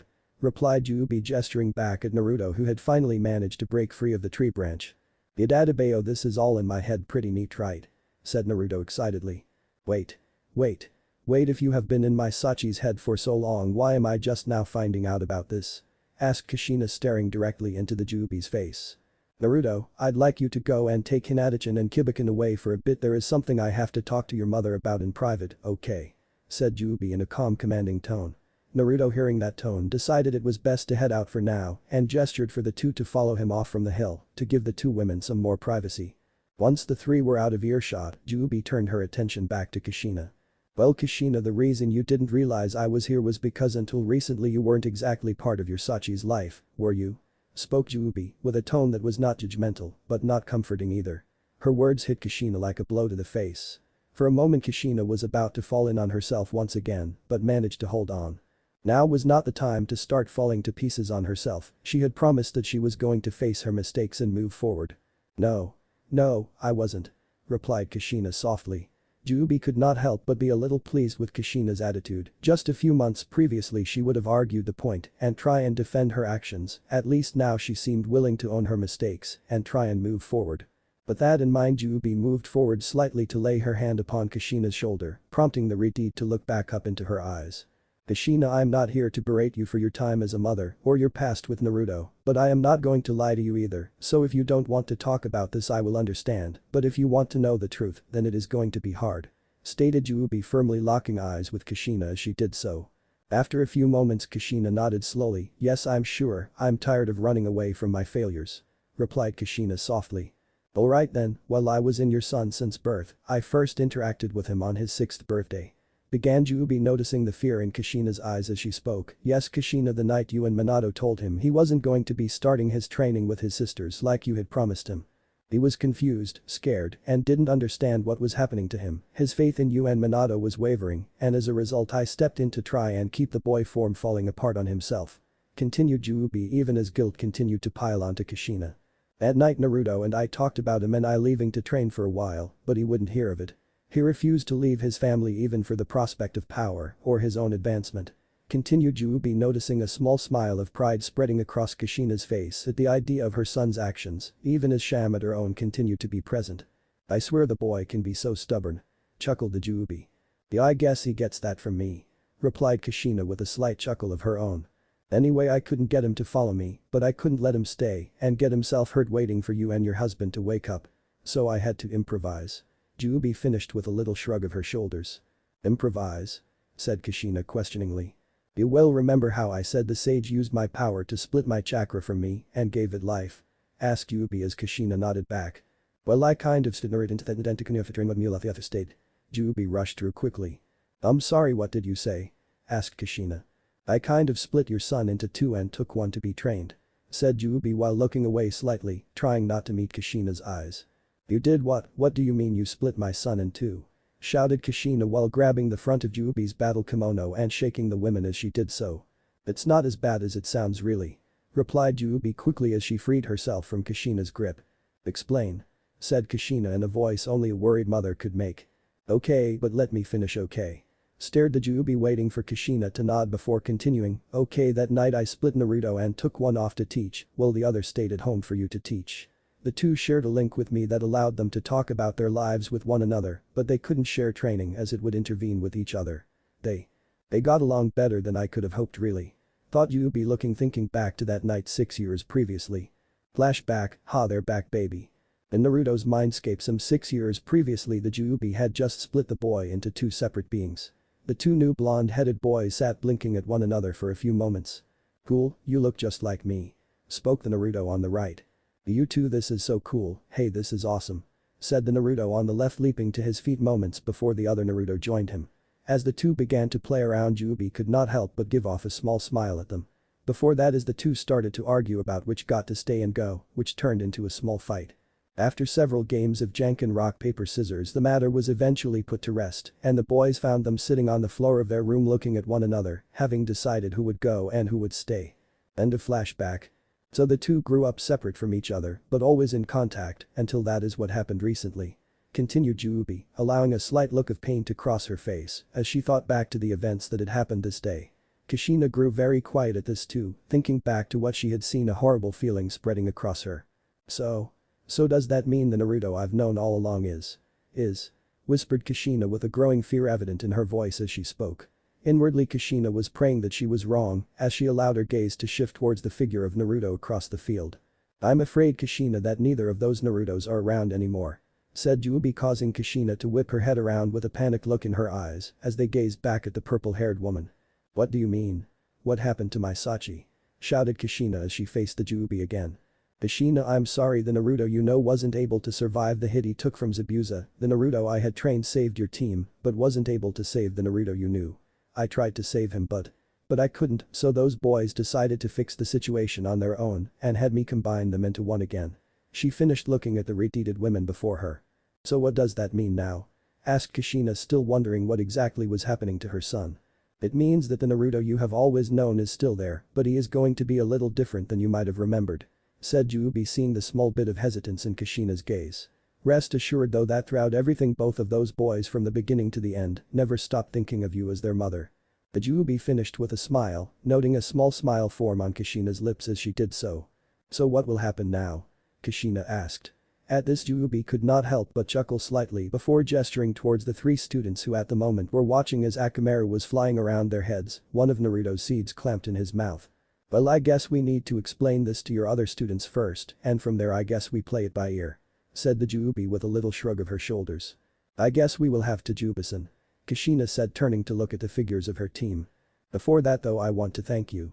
Kushina continued, causing Juubi to turn to face her. Thank you for being there for my Sachi when I wasn't. She finished with a sad little sigh. No need, Kushina-san, no need, just make sure that you are there for him from now on. Replied Juubi with a smirk. Count on it. Replied Kushina as the two started towards the rest of Team 11. Meanwhile back in Konoha, Minato had just left his office after the long conversation with Jiraiya finally coming to an end. Jiraiya had decided to head out see Tsunade and see if he could find out how she had managed to get Kushina through the experience of losing the Kyuubi the first time. Minato, however, was headed home to meet his daughters before taking them out to grab a bit to eat. As Minato walked through the village he answered the waves and bow of the Konoha people that he passed while moving towards his home as he allowed his mind to wander. I'm sorry sensei, but I'm not just going to accept losing one of the girls because of this prophecy, not if there is a way to save them. I just hope Tsunade is willing to help, she has seemed rather distant with me as of late, I wonder if it has something to do with Kushina. Come to think of it, they both started acting the same around the time that Naruto pulled that tarp over the Hokage monument. As his thought fell on that memory he felt a clear bit of guilt hit him as his thoughts turned to that day and what he had yelled at Naruto. I still can't believe I said that to him, I'm starting to wonder if this prophecy thing is even worth what it costs. No Minato, you can't just stop when things get hard for you, your first duty is to the village and your family. Even if Naruto and Kushina hate you it doesn't matter as long as they are safe. That's all that matters. I just hope that someday they will forgive me for what I have to do for their own good. Minato thought with a shake of his head as he approached his front door. As Minato entered into his home he saw that his three daughters were all in the living room, while Mito excitedly told Minami and Naruko about her day with Hanabi and the Hyugas. Minato looked around at his laughing children with a sad little smile upon his face. Sometimes I wish I wasn't born into the shinobi world, all it seems capable of destroying lives. Just look at the Hyuga family, brother pitted against brother in a desperate bid to prove who is worthy of being selected as the next main branch member.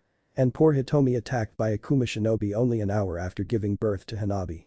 She lost the use of her legs from the attack, but I suppose that she considered it a fair price for protecting her child. This world of ours seems only to destroy people, I guess all we can do is protect what we can while we are here. Thought Minato stepping forward into the living room to greet his daughters. Hey girls, all ready to go out to dinner? Minato said smiling as the girls turned to face him. Hausen! Cried Mito excitedly waving at Minato as he entered the room. Welcome home.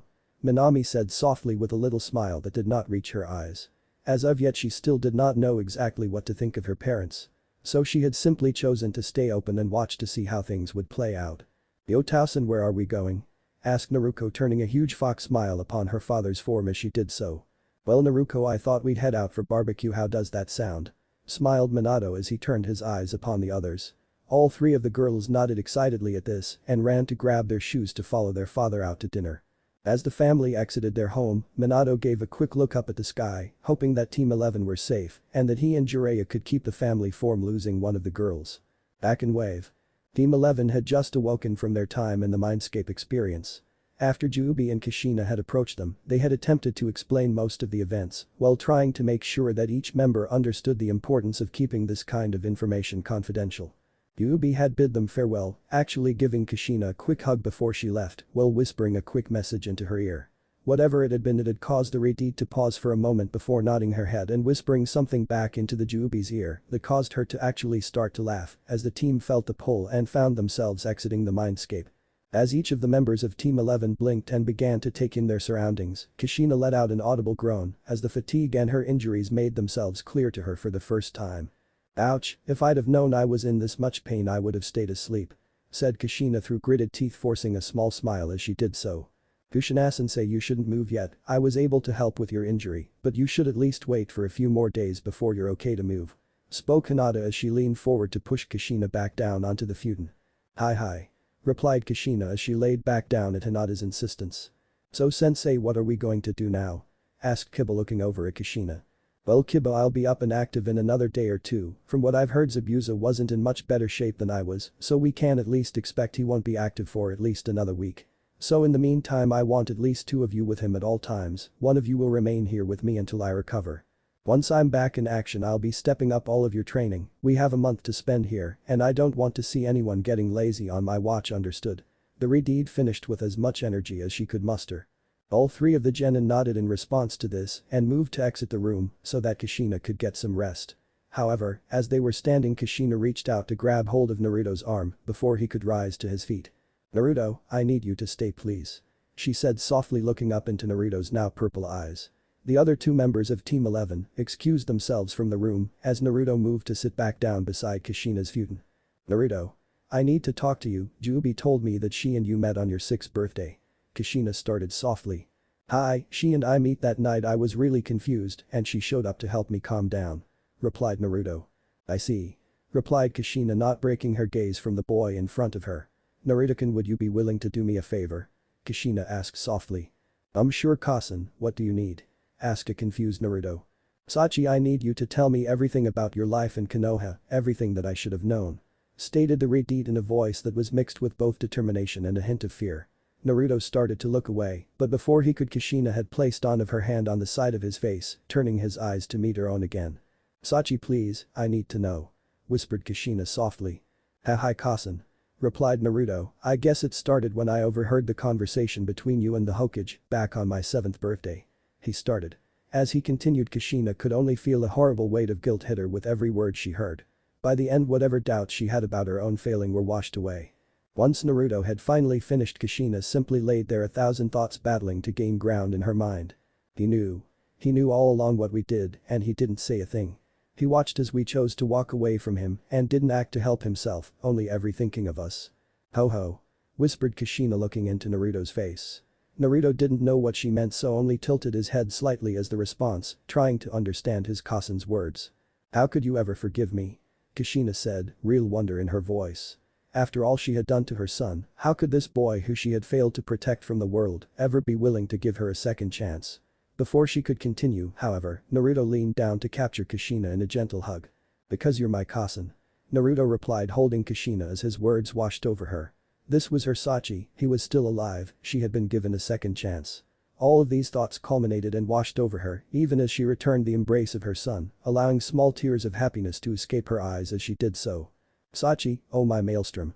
She repeated over and over as she held Naruto tight, she had been given a gift and she wasn't about to fail her son a second time, she would die before she did. An hour later found Naruto, Kiba and Hinata all sitting in the kitchen having left Kushina to get some much needed rest after the day's events. Tazuna was busy telling Tsunami all about the events and battles as she worked to prepare dinner for the group. You should have seen it, it was unbelievable, I was there and I still can't believe half of what I saw.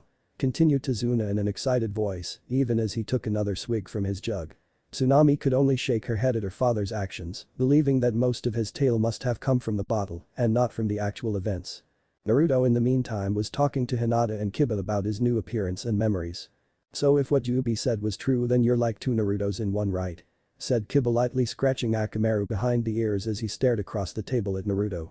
I think so, since we were originally one person, I guess you can say that we are simply back to being Naruto again, but it's a little weird to be honest. I have memories of being in two places at once and it's giving me a headache. Jubi said that this wasn't really supposed to happen, but it was the only way to make sure neither of us, we. You know what, I give up, it's just how it is, Kiba. Replied Naruto with a comical little huff as he folded his arms across his chest. Hinata could only giggle at Naruto's antics. At first she had been concerned and a bit scared that the Naruto that she had known and loved wasn't in fact anything like the real Naruto. However, after only a few hours it was clear that whatever had happened he seemed to be almost completely the same towards them. Really the only thing she had noticed was that he didn't seem to refer to either Naruto or Minato as part of his family, Minami was addressed formally as well, but to a much lesser extent. Hinata could not help but think that for some reason this Naruto was not as attached to those three as the Naruto she had known, but as she couldn't be sure she simply decided to put off such thoughts. Naruto-kun. Spoke Hinata drawing both boys' attention. I was wondering what exactly were those orbs you were using earlier, I think you called them seeds. The girl finished. Oh they're awesome, come on I'll show you them. Said Naruto leaping out of his chair and heading for the backyard of the home. Hinata and Kiba soon followed him out, finding him standing a little ways away in an open field bordered by a small lake as well as a small forest. Unbeknownst to the genin, Kushina had propped herself against the second floor window and was smiling down at her students as they conversed. Okay, here we go. Said Naruto as 6 black orbs shot out of his back, forming a ring behind him that pulsed faintly with an odd purple energy. Naruto was smiling ear to ear at this, while both Kiba and Hinata stepped forwards to get a closer look. As they did, 2 of the orbs seemed to detach themselves from the formation and float lazily towards the 2, placing themselves floating just before the other 2 members of Team 11. Kiba was a little apprehensive at the orb just staring at it while giving it the occasional sniff, unnerved how it seemed to have no scent of its own. Hinata in the meantime had stepped forward to cup the orb in her hands, finding that it was giving off a slight bit of vibration and almost seemed to be pulsing much like a heartbeat. She also noted that for some reason her hand seemed to tingle slightly at holding the ball, as if it was somehow pushing away her own chakra. Going with a hunch, Hinata proceeded to activate her Byakugan, which almost caused her to yell out in surprise when she caught sight of the orb through her enhanced vision. This did not go unnoticed to Kiba as he turned to see what the commotion was about. What's up, Hinata? Kiba asked, stepping forward even as his own orb moved back to float behind Naruto. Hinata did not answer, however, instead turning her gaze between Naruto and the orb and back again, as if trying to will Naruto to explain what she was seeing. Naruto, what are these orbs made out of? Asked Hinata with a note in her voice as if she already suspected the answer. Oh, figured it out already, I guess I should have seen that coming from you, Hinata-chan. Smiled the blonde even as he moved to scratch his own head. Well, they are made out of my own chakra that has been compressed over time until it can't be anymore. Jubi had a weird name for it, but I just took to calling it chakra shaping. Finished the blonde. Chakra shaping, what's that mean? Asked Kiba, watching as the orb flew back to join its fellows behind Naruto.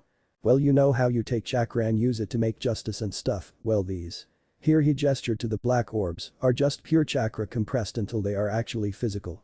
Replied the blonde, unable to see the look of shock that had just appeared on Kushina's face. Wait, so those are chakra, how is that possible? Chakra can't be sustained like that, it's energy, it disperses once it leaves the body. Said Kiba looking at the orbs behind Naruto. Naruto, how can they be just floating there like that? Even the Hyuga can only make chakra visible when they are continually pouring it out of themselves, and even then only for a moment without completely exhausting themselves. Chimed in Hinata. Yeah, that's what Yubi said, but it turns out she has the ability to hold chakra in place, something about her having to guard the source of all chakra at some point, but anyway, as long as I supplied and compressed the chakra and used Yubi's teachings, I was able to compact them into these. Naruto said, gesturing to the orbs behind him with a large smile planted on his face. Wow, so wait, why do you only have 6 and not like hundreds? Asked Kiba looking at the blonde. Oh, that's simple, I have to pour in a year's worth of chakra just to make one of these things. Chuckled the blonde. At this, Hinata blanched slightly, realizing what she had originally thought was true. Naruto-kun, how much chakra is in each of those seeds of yours? Asked Hinata with a twinge of fear in her voice. You know, I really don't know, Hinata, I never really asked. Replied Naruto, scratching his head slightly. Both Hinata and Kushina were looking at Naruto with just a twinge of apprehension now. If what the boy had said was true, that meant he effectively had a full year's worth of chakra stored up in each of those seeds. Counting in the amount of chakra the boy could regenerate thanks to his Uzumaki bloodline, it was safe to say that each of those seeds, as he called them, was effectively the power of a small army at the very least. Naruto, what exactly can you do with those seeds now that they are formed? Asked Hinata.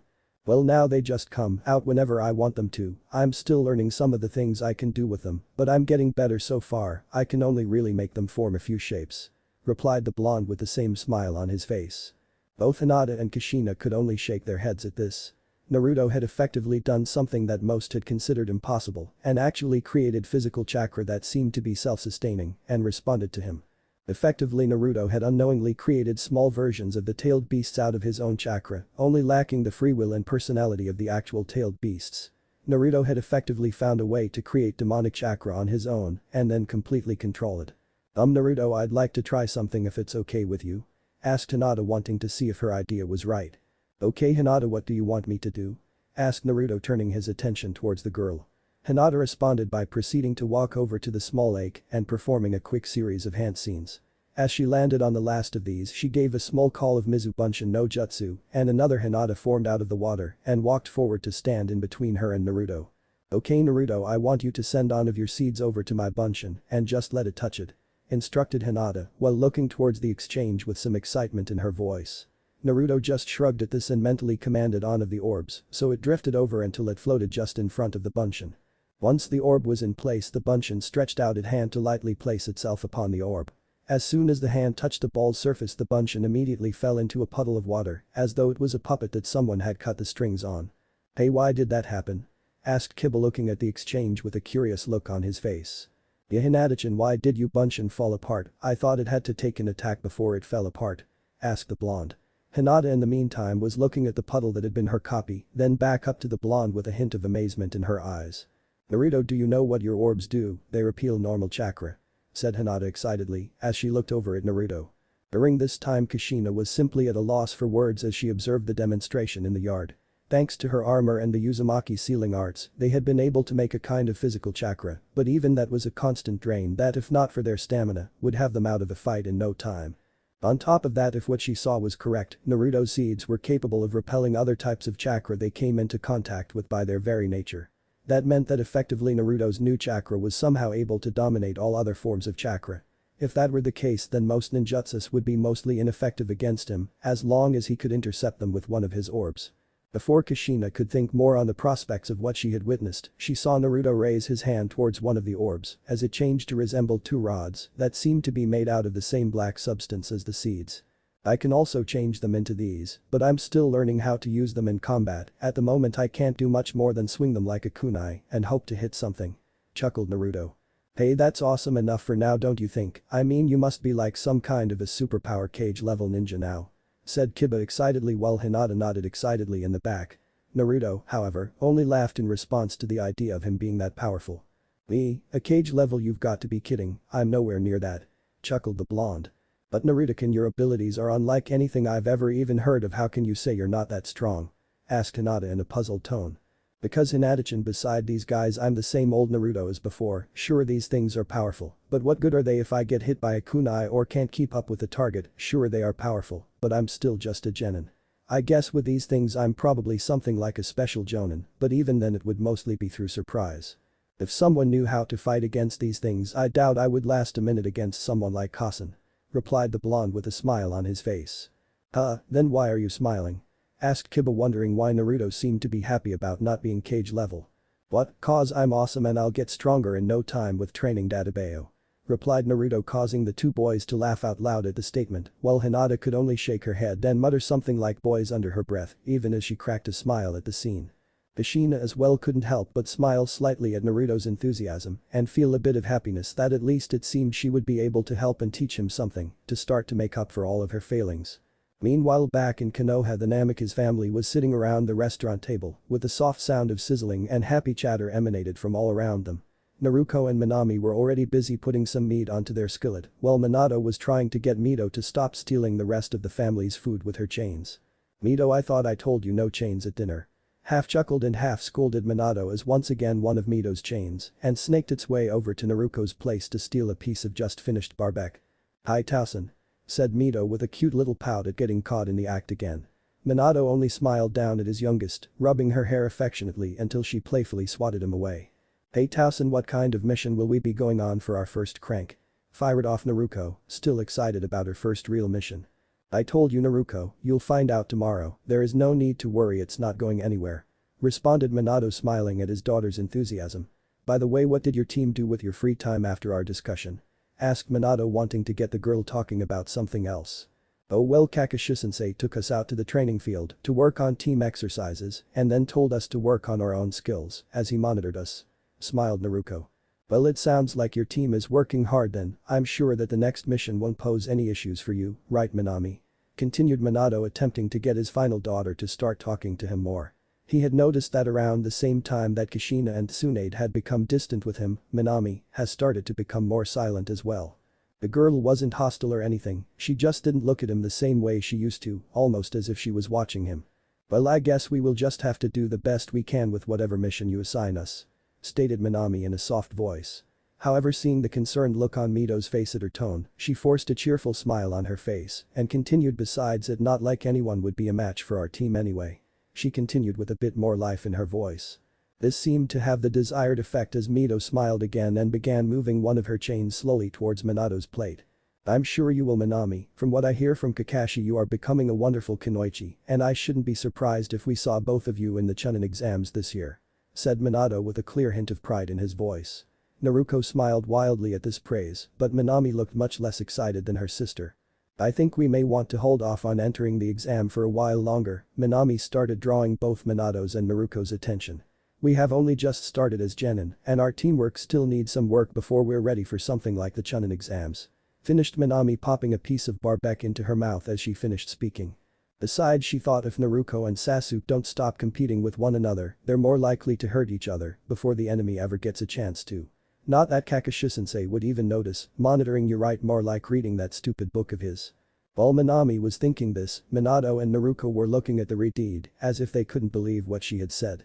"Come on Minami, there's no way that we couldn't be ready, we're getting our first crank faster than anyone else, how much more proof do you need?" Fired back Naruto. As Minami finished chewing, she turned to face her sister with a puzzled little look on her face. "You're forgetting Inai-chan's team, they started their first crank a few days ago Naruto, besides a crank doesn't say that you're ready for the Chunin exams, only that you're ready for some more responsibility as a genin team." Responded Minami, turning her attention back to the skillet to retrieve a new piece of barbecue. Naruto just turned her head at this comment, not being able to come up with a counter-argument to her sister's statement. Minato in the meantime was about to say something when he noticed a glint of gold that had snaked its way over the table and was currently receding with several pieces of barbecue that had been on his plate attached to it. "Mito," called the Hokage, momentarily distracted as the three girls burst out into laughter at the look on Minato's face as he looked down at his barren plate. The rest of the night passed pleasantly enough for the group and it was not until they were on their way home that something noteworthy happened. Just as they were rounding the last corner to their home, they caught sight of an oddly shaped bundle that seemed to be lying just outside of the Senju residence. As they approached, they noticed that the bundle was moaning slightly and shifting with obvious discomfort. Once they stood beside the bundle, it became obvious that it was actually the curled-up figure of Jiraiya, who seemed to have been beaten quite badly by someone before being left outside the front of the compound. "Hey Ara-sensei, what happened? Did you get caught peeking on Grandma Tsunade again?" asked Naruto, having seen the toad sage in this state once before when Tsunade had caught him peeping. Meanwhile, Mito had extended one of her chains to lightly poke the downed figure while waiting for some kind of a response. As Jiraiya rolled over, his eyes caught Minato's, and Minato felt a sinking feeling in his gut. From the look his sensei was giving him, his request towards Tsunade had not gone very well. "Girls, you go ahead home, I'll take care of Jiraiya," said Minato, bending down to pull the battered toad sage to his feet, throwing one of the old man's arms over his shoulder as he did so. "Hi Tausen, we'll see you later," called Naruto as she and Minami steered Mito towards home. "Okay sensei, let's go to the hospital and get you fixed up, and after that you're going to tell me exactly what you said to get Tsunade this pissed at you," said Minato before he and the toad sage disappeared in a flash of yellow light. Chapter 8. Talking. Thinking mental conversation. Demon God or the like. Jutsu. New first steps. Yubi wants to know if you're trying to kill me Kasen, and I can't help but ask the same, said a worn out and battered Naruto as he laid on his back in the open field behind Tizuna's house. "Hey, don't bring me into this, I want to live to see my kids, you traitor," shouted Yubi hearing Naruto's comment. Outside, Kushina was looking down at her Sachi with a large grin upon her face, even as her golden armor faded back into the seals on her armor. As Naruto leaned his head up, he once again marveled at the intimidating pose that Kushina presented. Clad in her Uzumaki armor along with her fiery red hair, she looked like some blood-red Valkyrie of the battlefield. It also didn't help that she had a huge fox-like smile on her face at the moment either. "Oh, does my poor Naruto feel too tired to keep up with his Kasen?" chuckled Kushina looking down at the collapsed form of her son. Kushina had to admit that the new look did suit her Sachi well. The new bodysuit with its leaf symbols made him strike a dominating presence. She had hoped he would have let the orange on the jacket go, but in his own way it seemed to suit him. She was still getting used to his new purple and black eyes. To her they were a constant reminder of what she had lost, but also what she had been given. The only other thing that had made her a little uncomfortable were the twin headbands that the boy had tied to either arm. While the red one had an Uzumaki symbol tied to the standard leaf, the yellow one was a bit different. It had what appeared to be a small tree upon it, with 10 lines acting as branches. When Kushina had asked, Naruto had said that each of the bands were gifts from the other Narutos to represent them, so that he wouldn't forget them. Like the eyes, these headbands were a reminder to Kushina, but like the eyes she had insisted to make them a tool to push her forward for her son. That is how Naruto found himself, having been driven both into and through the ground by his Kasen's training. It seems that Hinata had been slightly off when considering Kushina's rate of recovery. It was only a day later that the group found Kushina able to be up and about. It turns out that during the Zabuza encounter, she had exhausted her chakra supply in her grief, and once it had stabilized she was able to finish healing her wound in no time. So once she was back into shape, she had the team rotating two with Tizuna, while one stayed back with her a day to work on their training. Naruto had been chosen for the first training day, and things had been more interesting than either could have expected. Kushina had first wanted to start Naruto with elemental training, but it had not gone as expected. Mini flashback. "Okay Sachi, this is a chakra card, it should tell us what your element is, so that I can start you training along with the others," Kushina said while showing Naruto a small white piece of paper. "All you have to do is channel some of your chakra into it like this." Here Kushina demonstrated the paper becoming very damp before glowing a faint golden color. "You see that it go wet? This is because I'm a water element, the light comes from my special chakra for suppressing," smiled Kushina as she pulled out another sheet to hand to Naruto. Naruto took the piece of paper from Kushina and proceeded to channel his chakra through it, only for the paper to curl up into a small ball. Just as Kushina was about to say that he had a truly strong lightning element, the ball interrupted her. It continued to collapse in on itself before turning solid black and emitting a faint purple glow. Before either of them could react, a small black ball about the size of a marble was floating in between the two. Jubi, what's going on?" asked Naruto. "Oops, I forgot this might happen, dealing with my type of chakra training has kind of changed your element to mine," replied the Jubi. "Wait, what does that mean? What's your type?" asked Naruto. "Well, I guess you can call it demon chakra, you now wield the same kind of chakra as my children, so it really doesn't have an element," responded Jubi while adopting an embarrassed look on her face for forgetting to explain this to the boy. "So what does that mean for my training?" Naruto said after a moment. You won't be doing any elemental training if that's what you mean, sorry seedling," replied Jubi, now feeling a little uncomfortable at the whole exchange. Jubi couldn't help but feel a little bad about what she had effectively robbed Naruto of, but as usually Naruto didn't see it that way. Oh well, I'm sure Kasen would understand, besides she can help me with the shape manipulation, I still haven't really figured out more than just the rods. Replied Naruto, exiting the mindscape to look at Kushina, who was currently eyeing the black marble with a bit of confusion. Naruto, would you mind telling me what this is? Asked Kushina, gesturing to the small black and purple marble before her. Well, it turns out that Yubi kind of changed my chakra type to her type, so my chakra is all kind of like that now. Replied the blonde, scratching the back of his head lightly. Kushina felt a small pang of sadness at this news, as it meant it was one more thing that she had lost the chance to help her Sachi with, but before she could think more, the small marble floated up in front of her face. There it started to slowly circle around her. Naruto, what is it doing? Asked Kushina. I don't know, Kasen, I really don't know what it's doing, I'll ask Yubi. Replied Naruto. Well, I can say that you created a mini one of your seeds, so it's effectively alive like they are, although it doesn't have much chakra, maybe a second-year student at most. Stated the Juubi. However, this time it wasn't just Naruto that heard her, this time Kushina could also hear the voice that seemed to be emitting from the small black marble before her. Juubi? Questioned the redeed. Kushina, is that you? Asked Juubi, genuinely surprised at this. Wait, why can I hear you? Questioned the redeed. Well, I guess if you had those sheets on you it might have gotten some of your chakra in it, so when Naruto brought it to life as it were, I guess it had a part of you in it, meaning that it's linked to you. Said Juubi after a moment's thought. Wait, does that mean Kasen-kan read my mind? Crap, she'll find out I was the one who ate her emergency ramen, I'm so dead. Thought the blonde boy. That was you. Shouted Kushina, becoming encased in her golden armor, even as her hair separated itself into 9 brads and began to rise behind her. Oh crap, run for your lives. Yelled Naruto, making a break for it with Kushina hot on his heels. End of flashback. After Kushina had properly finished educating her son on the importance of not stealing, they had set about learning the implications of Kushina's new little friend. It turned out they were only able to communicate over a limited amount of area and that the connection was easily closed from either side with a little amount of concentration. Another discovery came when Naruto was running from Kushina. He found that he could sense the chakra signatures that were around the orb, as if he was the one floating behind Kushina. Kushina had been amazed at this and insisted that Naruto experiment with the technique further as a means for scouting and communication. She also said that he would be creating another 2 specifically for Kiba and Hinata, stating how invaluable it would be for them to all be able to stay in contact during missions silently. So far, the only shortcoming that Kushina had been able to see was that the chakra paper that was required to create his new mini orbs were expensive and only released in limited quantity, so creating them in extreme numbers was out unless Naruto and her wanted to empty their entire bank accounts. So with elemental training out, Kushina had moved on to an area she knew she would be able to help with Taijutsu. She had insisted that Naruto go ahead and wield his rods, stressing the importance of learning to adapt them to the whirling tide style as soon as possible. So for the past hour Naruto had been going through the stances. After that, Kushina had insisted on some sparring between the two. Flashback. Sorry, this will be the last one this chapter, promise. You're not buying it, are you? Okay Naruto-kun, I want you to come at me with everything you have. Said Kushina, forming her golden gauntlets on her arms but not engaging the rest of her armor. Okay Kasen, but you better be ready to lose. Replied Naruto with a shout as his 6 seeds shot out of his back from their circle behind him.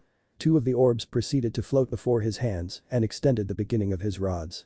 As his hands griped the ends, the orbs moved forward before separating themselves and floating back to join their fellows behind the blonde. At this, Naruto sank into a standard stance with the 2 bars held firmly before him, creating an X before him. As Kushina lowered herself into a similar stance, but with her arms hanging loosely at her sides with the palms facing up, her fingers with their golden claws facing up towards her Sachi. The 2 stayed motionless for a few moments before Naruto made the first move. Crouching down slightly, he rocketed himself forward, swiping his bars in a cross-cut towards Kushina. Before the bar could connect, however, Kushina leapt over the blow, firing a pair of chains from her back as she flipped over Naruto, causing him to dart right to avoid them. This was exactly what Kushina had planned, however, as once the chains had impaled the ground they immediately began to retract, pulling her down as she began to spin, her arms outstretched with her largest chains, extending so that she formed a kind of golden tornado heading down towards Naruto. Before she could catch him in her golden chains, Naruto had seen the impending attack and acted. As the chains approached, all 6 of Naruto's seeds flew forwards, creating a vertical line in the air by stacking themselves one on top of the other. The effect of this was for Kushina's chains to impact the seeds, causing them to shatter, and the ends closest to Naruto to fade out before they could connect. Seeing this, Kushina altered her spin so that she landed like a cat on all fours off to the left of her son before leaping back to avoid an overhead swipe of Naruto's bars that smashed into the ground right where she had been moments before. As she skidded to a halt, she saw the orbs moving to situate themselves behind Naruto once again. So there's a delay after all. Thought Kushina before she stood again looking towards her son in the woods behind him. As Naruto sunk into his stance once again, Kushina moved first, firing off 2 golden chains from her gauntlets to the left and right of her son and embedding them in the trees behind him. As Naruto turned, he saw that the chains had expanded to large hooks on the other end of the trees and were now uprooting the trees, and Kushina pulled on them. Acting fast, Naruto had the seeds fire off his back to form a protective ring behind him to deflect the trees as they were pulled from the ground and came rushing towards him. Shikasen isn't pulling her punches. Thought Naruto, seeing the tree smash against his seeds. As he looked, he could not help thinking he had forgotten something. As he turned around, he saw that Kushina had jumped from the ground, allowing her chains to pull her forward into a flying dropkick that impacted his chest only a moment later. The hit caused the blonde to fly backwards towards his own seeds, which seemed to sense his approach and converged to help dampen the impact. As Naruto came around from the hit, he noticed that Kushina was also getting to her feet, retracting her chains from the remains of the demolished trees. Looks like she figured out that you haven't mastered your seeds yet. I told you, you need to trust them, they're a part of you, just let them do what you want, don't try and control every little thing, it only slows them down. Lectured the Juubi, admittedly liking the Kushina's approach to training, hands-on was always a favorite of hers. Hi. Thought Naruto, quickly focusing back on the battle. Before Kushina could move to re-engage, she noticed Naruto seemed to relax momentarily as the seeds gently lowered him to the ground. Before she could think further, the 6 seeds spread out around Naruto, creating a ring around him before firing off one after the other at her, forcing her to proceed to weave in and out of the seeds that continued to spin around her, attempting to make contact with her. Just as she was beginning to get used to the pattern, she caught a glimpse of orange out of the corner of her eye. Turning, she found Naruto swinging one of his rods forwards towards her. Before the blow could hit her unguarded chest, she brought a golden fist up to meet the rod. However, as the gold chakra met the black orb, the golden energy turned an odd purple color before shattering as though it was made of glass. The gauntlet had managed to slow the blow slightly, which was all Kushina needed to be able to grab the bar with her own hand and reaching it along with Naruto forward before burying her leg into the boy's chest, sending him skidding back again. The momentary exchange had cost her, however, as 2 of Naruto orbs had mashed into her back, throwing her forward even as Naruto was thrown back. Kushina, unlike Naruto though, had the benefit of armor, which dampened the blow enough so that she was up on her feet before Naruto and already back on the offensive. Naruto had only just gotten to his feet and was looking around before he felt a large fluctuation of chakra behind him in the direction of the water. As he turned around, she was Kushina standing out on the water, her hands landing on a final seal as a massive orb of water formed from the water and flew above Naruto before dive bombing the boy. Before the ball of water could impact Naruto's seeds had reformed their ring and shot up to intercept the blast. This didn't work out quite how Naruto had been hoping, however. Sure enough, the seeds acted to destabilize the chakra of the attack and the orb of water was now simply a large amount of water. The issue was that the large amount of water was now plummeting down on his head. Oh crap. Thought Naruto, seeing the huge amount of water plummeting down towards him. Nice going, seedling. Chimed in Juubi, barely able to keep a smile off her face as she looked at the situation before her. Flashback end. So there lay Naruto, beaten and soaked, looking up at the smiling face of his mother. Well, Sasuke, I can safely say that you're at least a special jonin in skill, but you're leaving opening with your seeds, also we need to look into making more shapes for you. Said Kushina, adopting a lecturing tone. Besides that, I'm thinking of working on your taijutsu some more. She continued, bending down to plop down beside her son, leaning back on her hands while looking over and smiling at her Sachi. Naruto was looking at the sky with a small concentrated look on his face, with just a shred of disappointment at his performance. Seeing this, Kushina raised one of her hands to push back the wet hair from her Sachi's forehead, letting her violet eyes look fully into his deep purple and black ones. But I have to say, you almost had me there a few times. If you hadn't known what your seeds could do, I would have lost in no time. Kushina said, smiling as she saw Naruto brighten considerable at her words. Naruto then allowed his newest mini seed to exit the inside of his coat and float up between the two so that Juubi could speak as well. I have to side with Kushina on this. Speaking of which, Kushina, would you mind me taking him for a bit so that I can work on the shape manipulation? Sorry, but this isn't something that anyone else can really help him with. Asked the Juubi in both of their heads. Sure, Juubi, I think I've done enough damage to my son for one day. Besides, here she looked over at the destroyed lawn, I think we need to clean this mess up a bit before we have to explain to Tazuna why we remodeled his yard. Chuckled Kushina, pushing herself up from the ground. As Kushina and Naruto sat about towards their goals, in the leaf Minato was sitting outside of a hospital room that contained Jiraiya. Damn it Jiraiya, what did you do this time to piss Tsunade off? Neither her nor Shizu nor even willing to heal you. It couldn't have been about the girls, could it?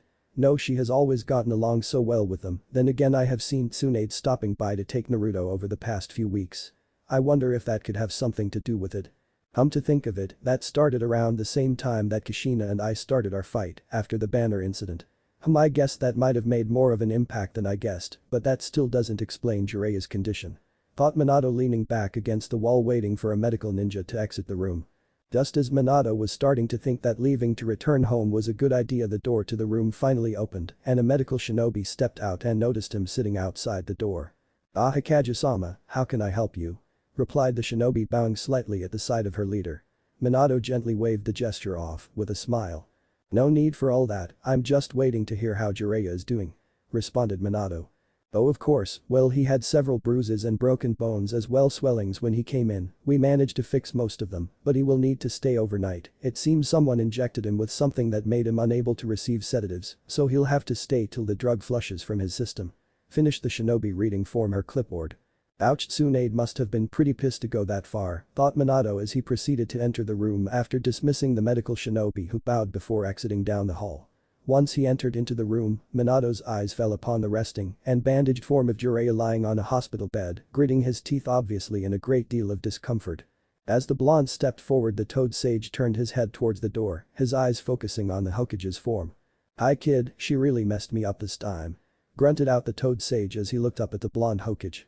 Minato could not help but give a small smirk at the sage's comment before beginning. "Yeah, I guess she did. What did you do this time? Don't tell me you actually tried to grope her again," Minato said with a note of humor in his tone. Jiraiya only shook his head with a glum expression on his face.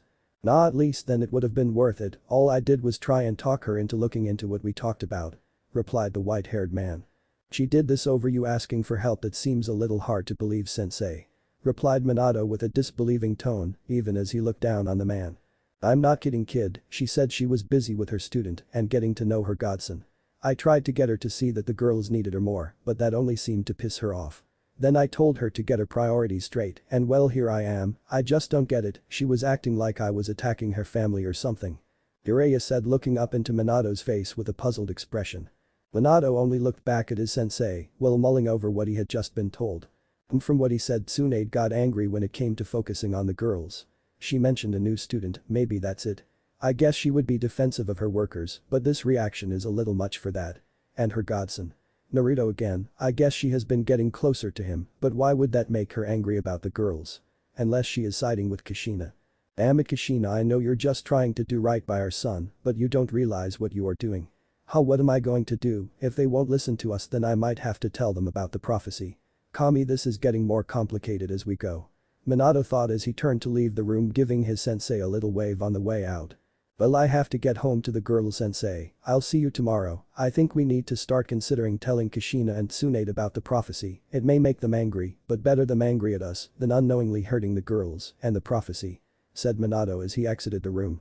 "Maybe kid, but I'm not looking forward to what comes after that," said Jiraiya softly as Minato disappeared in a flash of yellow light.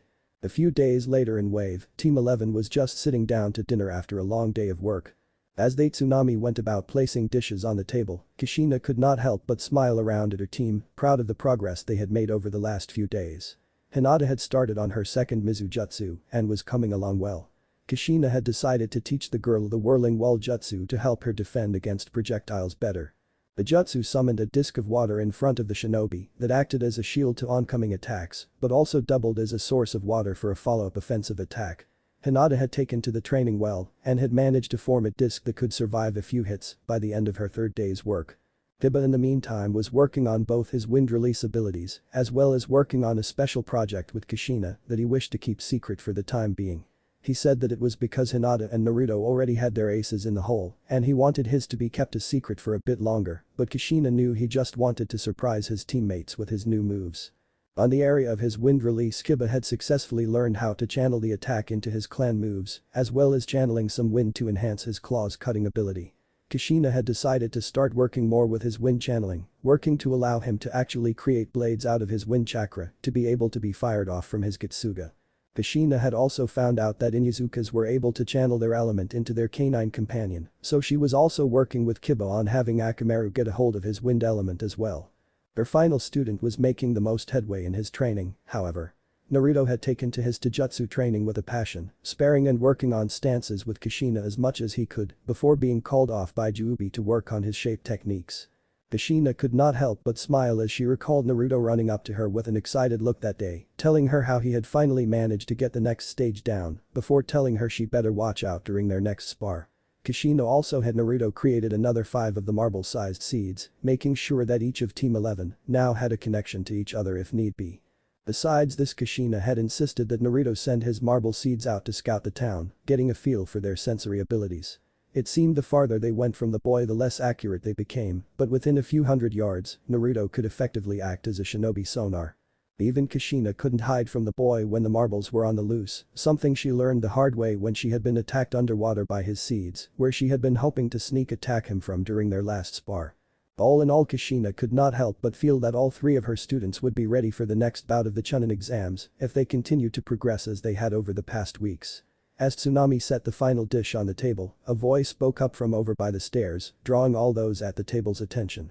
"Why are you all so relaxed, don't you know you can't beat Gato?" spoke a small boy no older than Mito wearing a bowl-shaped striped hat and overalls. His shouting caught the attention of all those present who turned to look at the boy. "Hey kid, my team is awesome, we won't lose to anyone," replied Kiba as he gestured back towards his team with a jerk of his thumb. "You'll just die, no one can stop him. People like you can't change anything," fired back the boy with a look of anger on his face. As he finished this, he noted that one figure at the table had set down his utensils and was looking at him with a confused look. "What are you staring at, don't like hearing the truth?" shouted Inari as Naruto pushed himself back from the table and turned to face him with a confident little smirk upon his face. Inari watched as the blonde walked over to him before kneeling down in front of him and placing a hand on his shoulder. "You see, that's where you're wrong, Inari, cause you see I'm not going to die anytime soon," smiled the blonde while closing his eyes and wagging one of his fingers slightly from side to side, as if explaining something that should have been obvious. This made Inari angry enough to try and swing at Naruto's face, trying to get rid of that smug look on his face. Without even looking, Naruto moved his finger to catch the boy's fist, holding it slightly back from his face. "Now what will that accomplish?" asked Naruto, tilting his head to the side, still with that same smile on his face, but with his eyes slightly open now. "Besides, you should be happy, you see I'm here to protect you and your family, so nothing's going to happen to them, cause you see I won't let it." "You can't change anything," replied the boy angrily with small tears forming on the sides of his eyes, even as he tried and failed to meet Naruto's gaze. "Oh, but that's where you're wrong, everyone can change things, they just have to be willing to, and even those who fail never truly fade, they stay around in us to inspire us. The only time we truly become powerless is when we chose to, and you see that's why I'll never die, because I'm not willing to allow 2 people to be forgotten," finished the blonde as he released the boy and spread his arms wide in front of him. Inari could only gaze at Naruto, not knowing what to say. It was how Naruto had spoken, like nothing in the world could truly stop him, like he could somehow will it to turn out how he wanted.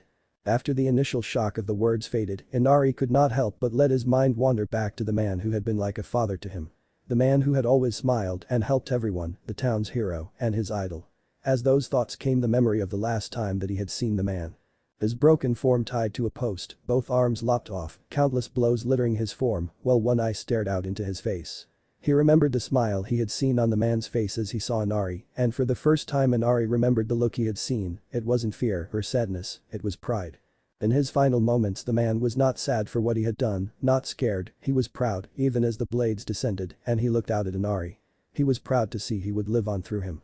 As that thought entered the boy's mind, a cascade of feelings descended over the boy, causing tears to begin flowing from his eyes, even as he looked up into the blonde's face. Naruto smiled back at the boy while lowering both his arms to rest squarely on the boy's shoulders before stepping behind him so that Inari was now facing the table where his family and the rest of Team 11 looked back at him. "So Inari, do you still think we can't stop Gato?" asked Naruto with a smile.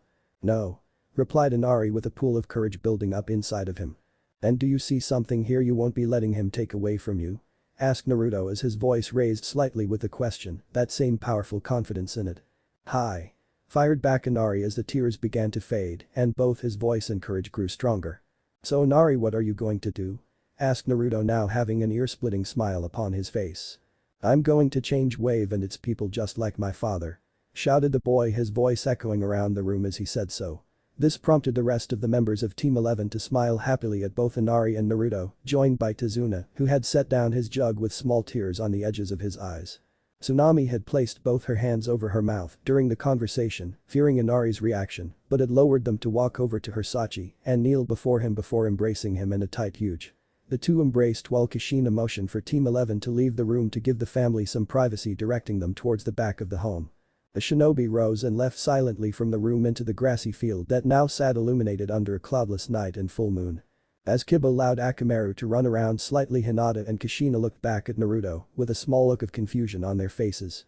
"Naruto-kun, that wasn't like something you would have done before, have you changed that much?" thought Hinata with a small twinge of worry that the boy she loved was changing before her.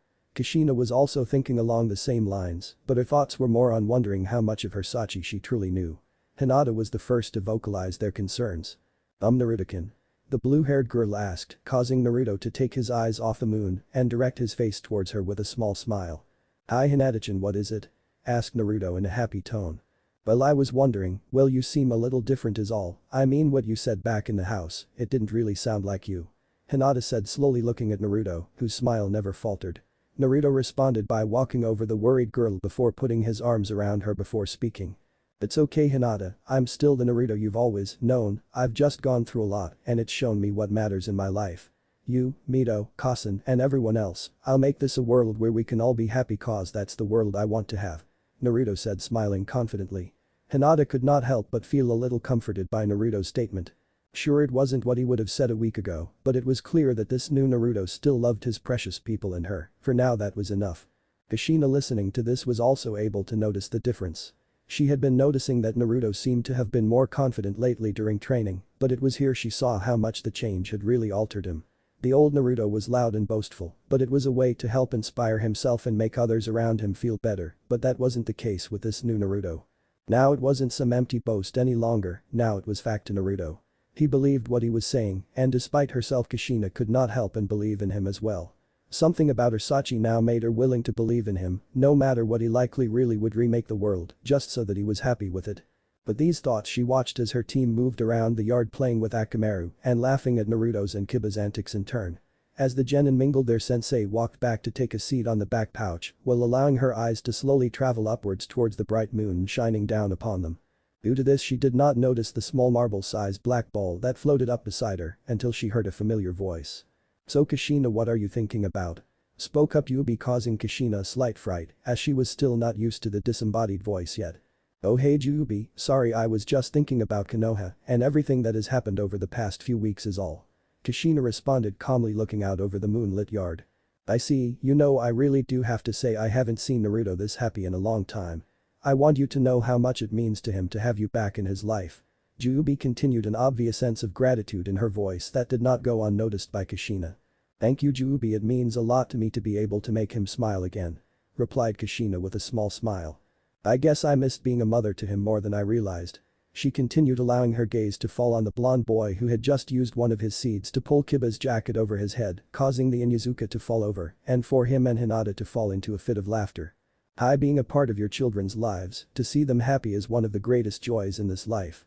It's funny, but it almost made everything I went through worth it just to even have a moment with that feeling when my children were born," spoke Yubi in a wistful voice that seemed to pass like a gentle breeze over Kushina. Iridide closed her eyes at this, hearing the same kind of hopefulness in Yubi's voice that she heard in her own whenever she dared hope about a relationship with Naruto. "If you want Yubi, when we get home we can try and see if you can meet your youngest Sachis," said Iridide softly after a moment's pause. Yubi was silent for a moment after Kushina's words, seeming to mull them over for a moment before responding. "I think I'd like the Kushina, thank you."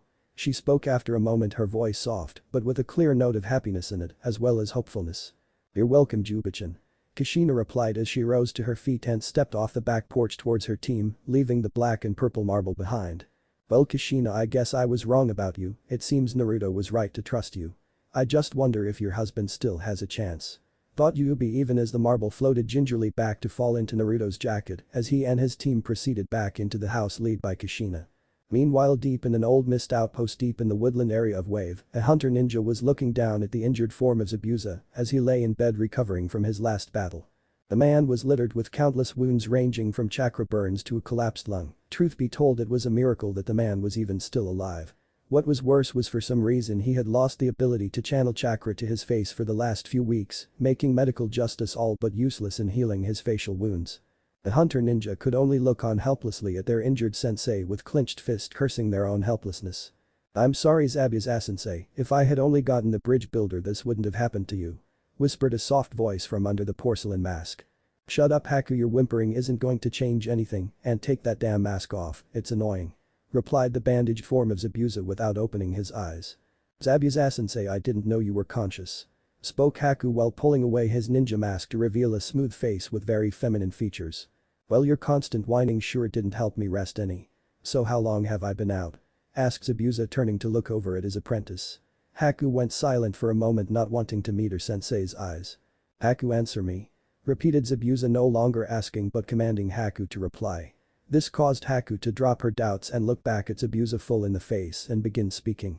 "Hi Zabuza-sensei, you have been out for 2 weeks, you died at least twice during that time before I could stabilize you, on top of that your chakra system is fluctuating oddly and something seems to be suppressing or outright repelling it in areas of your body," replied Haku without letting emotion interfere with the report.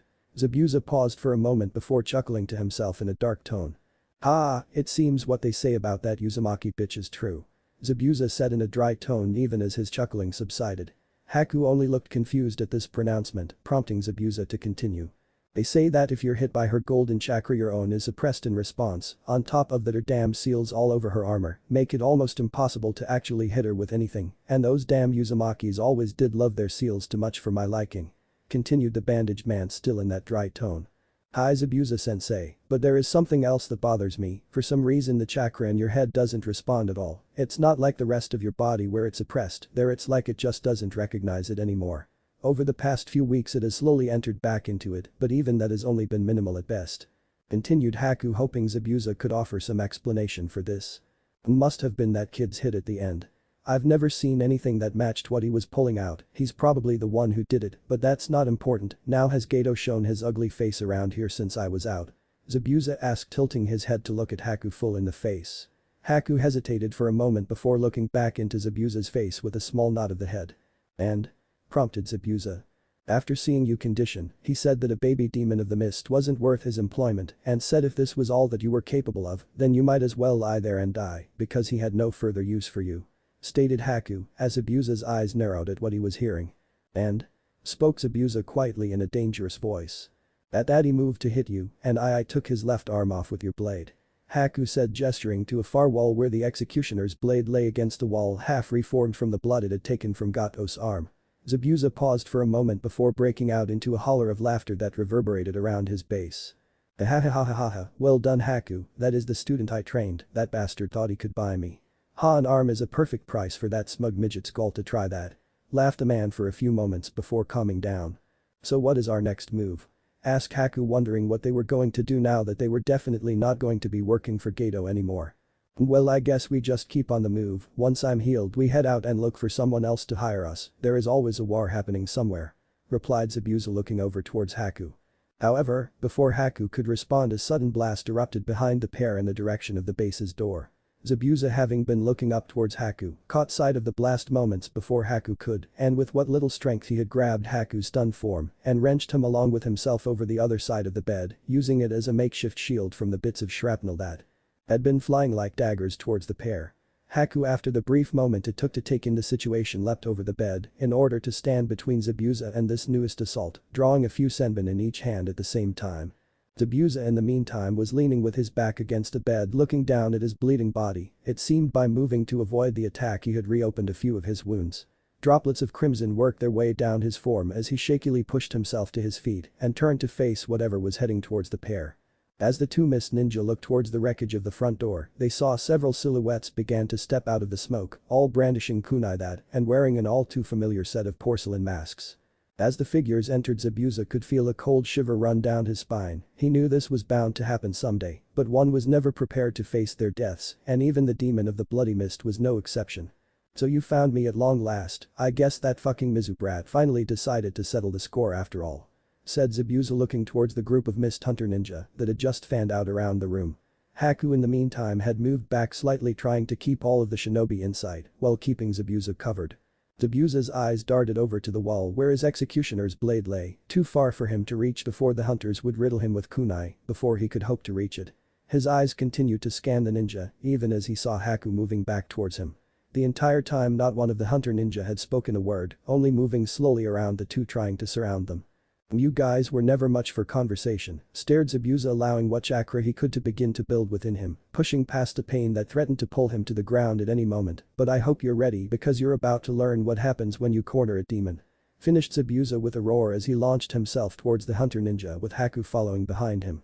From the outside of the base one could hear to the sounds of combat inside beginning, and what appeared to me dozens of masked figures emerging from the trees and undergrowth all around the hideout, all with those faceless porcelain masks, all turning to move towards the building where their objective lay. As the sounds of battle slowly died down, the crowd of hunter ninja descended upon the base like a great flock of white-faced birds of prey, with single-minded focus. After a few moments there was silence in the base, and the forest followed suit soon after, as the flock of hunter ninjas departed with their prize in tow. A week had passed since the confrontation at Tezuna's home, and at that moment Naruto and Hinata were walking down the village street with Tezuna between them headed towards the bridge. Today was Kiba's training day, and he had almost fallen over himself getting out the door dragging Kushina along with him to train. Tezuna had announced that the bridge was just about finished, and Hinata and Naruto were both excited about seeing an end to this mission. Sure, it had been their first time out of the village, however, it had also been a long time since they had seen their home, and they were beginning to miss Konoha and their friends there. So as they neared the bridge the two were animatedly discussing their return. "So Hinata-chan, do you think we should take Hanabi and Mito out when we get back, knowing them they won't want to let us out of their sight once we get back?" Chuckled Naruto looking over at the smiling girl. "Hi, I think that's a good idea, knowing Itato he will need saving from Yamato." Giggled Hinata picturing the two kids' antics. "I guess you're right, still we need to get them a souvenir or we'll never hear the end of it," replied Naruto with a smile of his own, just as they approached the edge of the bridge. Once they arrived, Tezuna set about organizing his workers and moving on to finishing the rest of the bridge, while Hinata and Naruto took position around the workers. During this, Naruto scattered his marble seeds around allowing them to float lazily over the ends of the bridge. He still only had about 10 of the marbles, but Kushina and Juubi had insisted that he practice with them as much as he could to get used to their new abilities. Hinata was also working a little as well, looking over the edge of the bridge and attempting to form a Mizubunshin on the water's surface below. So far she had managed to create around 5 at a time before having to take a break. It was nearing noon before something happened to interrupt the group's activates as an arrow came sailing down in the center of the workers, catching one in the leg and causing him to fall to the ground with a howl of pain, while the rest of the workers dropped their work and looked frantically around. Naruto and Hinata sprang into action. Hinata immediately ran over to the injured man, skidding to his side before starting work on his leg while activating her Byakugan to identify where the attack had come from. As her vision changed to her 360-degree vision, she saw a huge mass of chakra signatures closing in on them from the end of the other end of the bridge. As her eyes focused of this, she gave a call to Naruto while working to get the injury before her under control. "Naruto incoming from the bridge, at least 60 signatures, all genie or below," shouted Hinata while ripping the arrow from the man's leg, extracting another howl of pain from his mouth. "I see them," shouted Naruto looking out over the bridge through the light mist that was covering the bridge, where he could see the silhouettes of a huge crowd of people marching forward. Naruto, at seeing the number of individuals approaching, immediately sent 2 of his marble seeds back towards Tezuna's home to alert Kiba and Kushina to what was happening. In the meantime, he took up a position that put himself between the fleeing builders and the approaching horde. What came next, however, Naruto had not expected. A small man no taller than his own chest stepped out of the mist wearing a black suit and holding a cane in one hand, while his other sleeve seems to blow slightly in the gentle breeze from the sea below. "So Tezuna, you just wouldn't listen. I guess there is only one cure for stupidity like yours after all," called Gato looking over at the group of workers and spying the old bridge builder standing in their center. "Gato, you monster, what are you doing here?" called back Tezuna with clear hate etched into his voice as he did so. "Oh Tezuna, I'm here to educate you just like I did that useless man a few years ago. It seems to be the only thing that you stupid people seem to understand," laughed Gato while a cruel smile spread across his face. "Sorry, but that's not going to happen. You see, Tezuna there is under my protection and I can't have you hurting him," spoke up Naruto with that same tone of self-assurance he had slowly found himself using more and more. "You're right, kid, after I'm done with Tezuna and his family, I'll be happy to kill you next just to show you how wrong you are," fired back Gato with a cruel smirk on his face. However, for his boastful tone, Gato could not help but suppress a small shiver at the seeming calm that this boy had while looking down him and his men. "Oh, you know, I have to say I seem to have to be telling people this a lot lately, but you see that isn't going to happen," replied Naruto with a little shrug of his shoulders and gentile shake of his head. "Brad, and why's that?" fired back Gato even as he motioned from the men surrounding him to get ready to move. Naruto looked right back into Gato's face along with a small smile spreading across his face as he did so. "Because you see, the fact is I'm never going to die, it just can't happen," replied Naruto with no hint of a lie in his voice as his 6 seeds exited out of his jacket and took their circular formation behind him. Gato's face contorted into a look of rage at this as he turned to move back into the formation of men behind him. "Kill him, kill them all," Gato shouted as he retreated back into the crowd as those there readied swords, spears, axes and all manner of weapons before moving forward. "Hinata, back me up," shouted Naruto as he pulled forth 2 bars from his seeds and rushed forward towards the advancing force, intending to meet them head-on.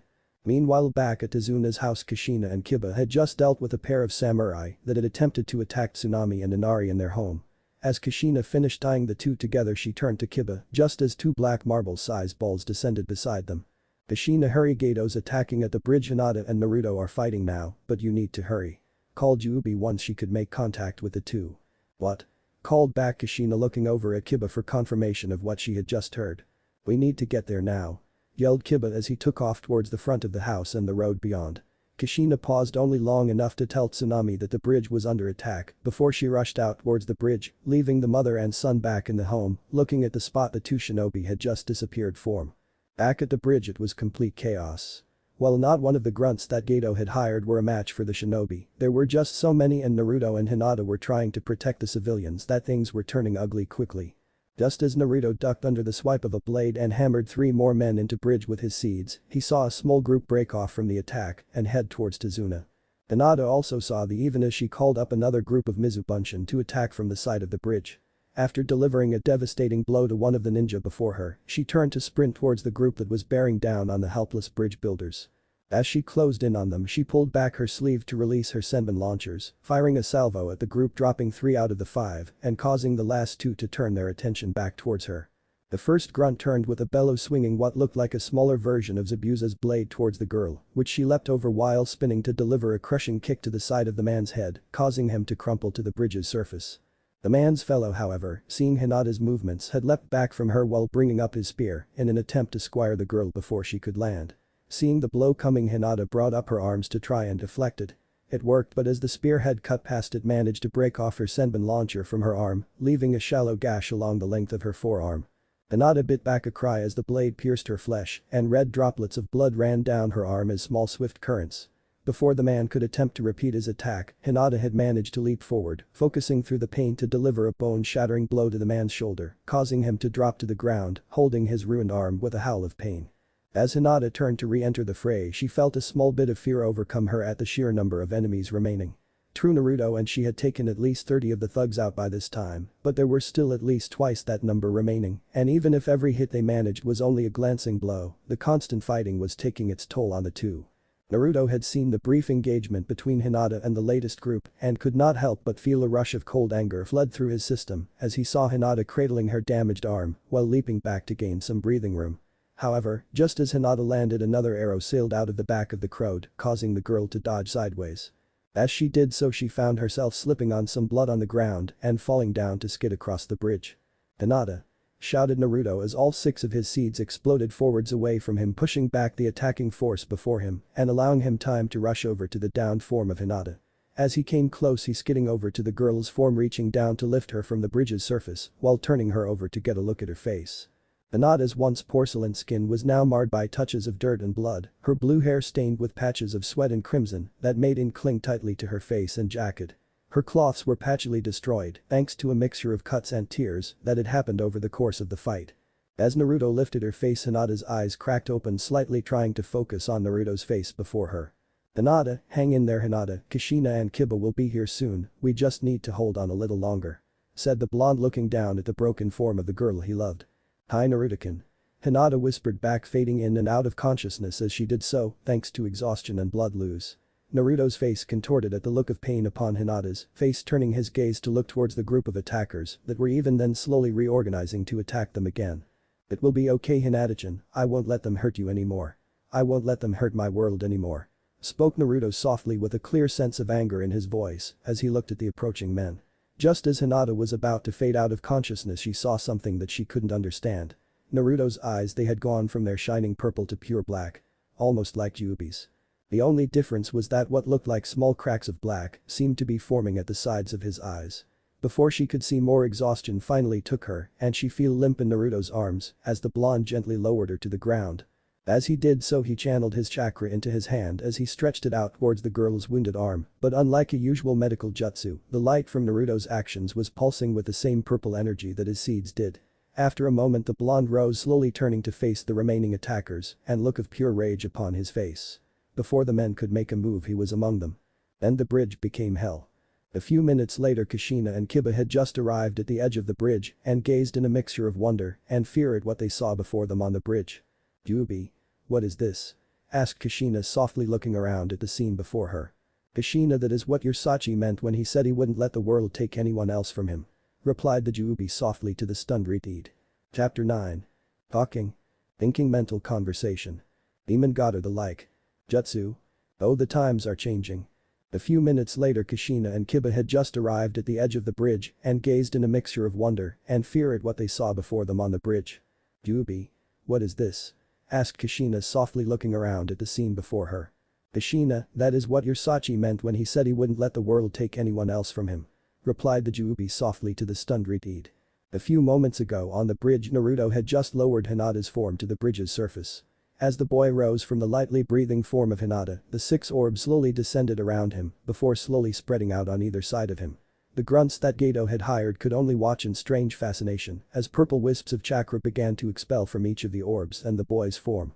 As they watched, the orbs began to crack and expand with waves of purple energy leaking out of the cracks and flowing down towards the bridge, closely followed by the black form of the orbs that seemed to be in an odd state between solid and liquid.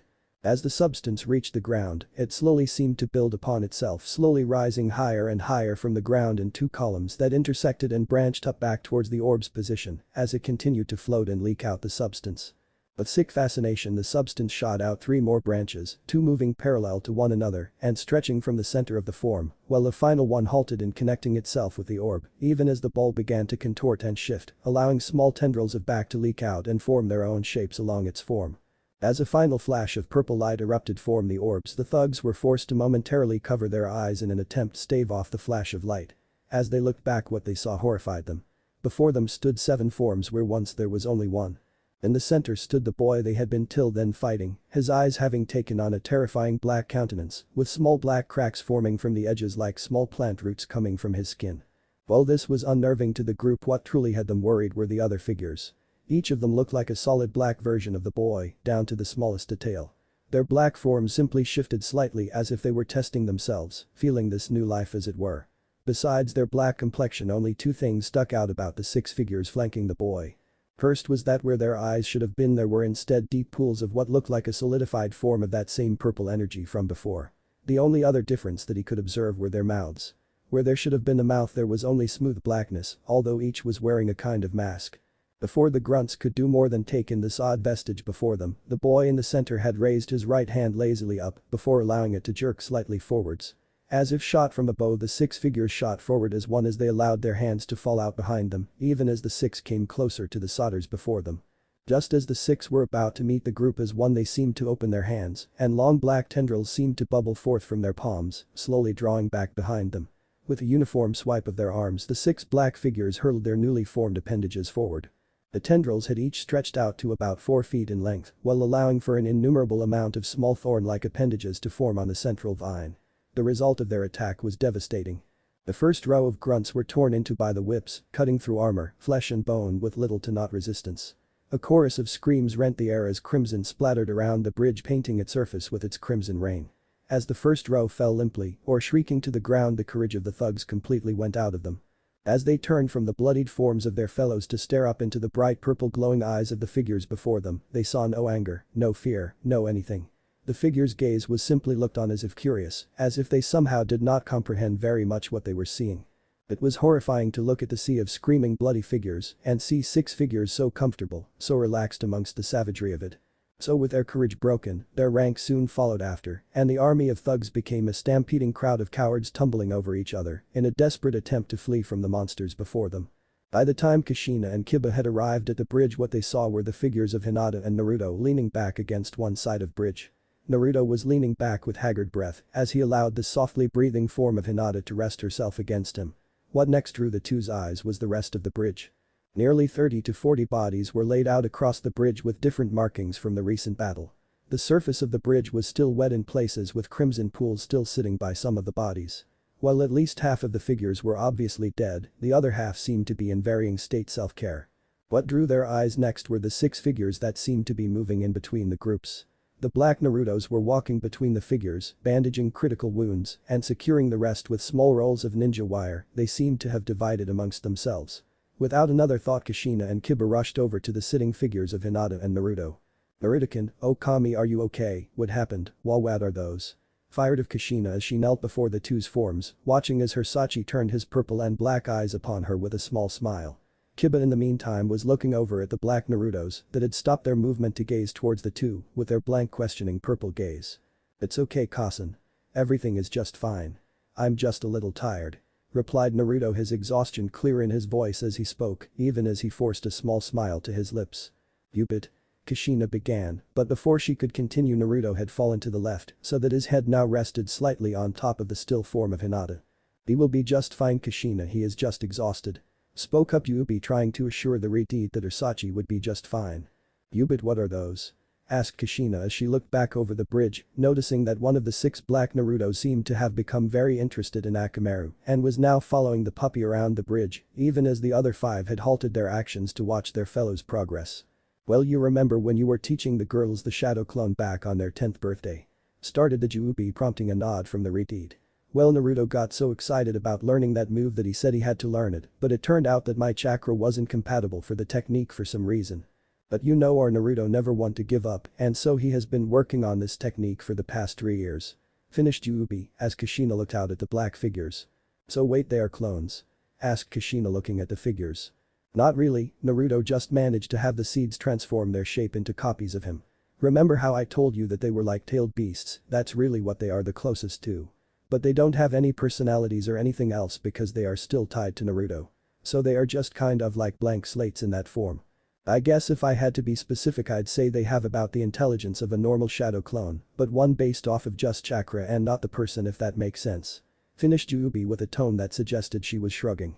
"So they are like clones without memories, that is more than a little odd," replied the Redeed, standing up from the 2 children's forms and turning to look out across the bridge where the one that had been following Akamaru had bent down to pet the puppy while Kiba was working to secure the rest of the down thugs. "Kiba, take care of the rest, the clones should listen to you, just ask them, okay?" shouted Kushina across the bridge to her final squad member as she went over to approach a small gathering of bridge workers where she spied Tazuna. As she reached the group, she saw that they had gathered around a small form on the ground that lay pinned to the bridge by a single familiar black road. Beto lay dead before the bridge builders, a single rod having been driven through his spine, effectively nailing him into the concrete. Kushina had seen far worse deaths in her time, but the simple brutal nature of this kill struck her in a way she was ill prepared for. This was not just any kill, this was Naruto's kill. Her Sachi had taken this and many other lives not an hour ago. As she allowed her gaze to look back at the bridge, she also saw the signs of death from poison and gentle fist-style hits. With a pang, she realized that both Naruto and Hinata had taken their first lives this day.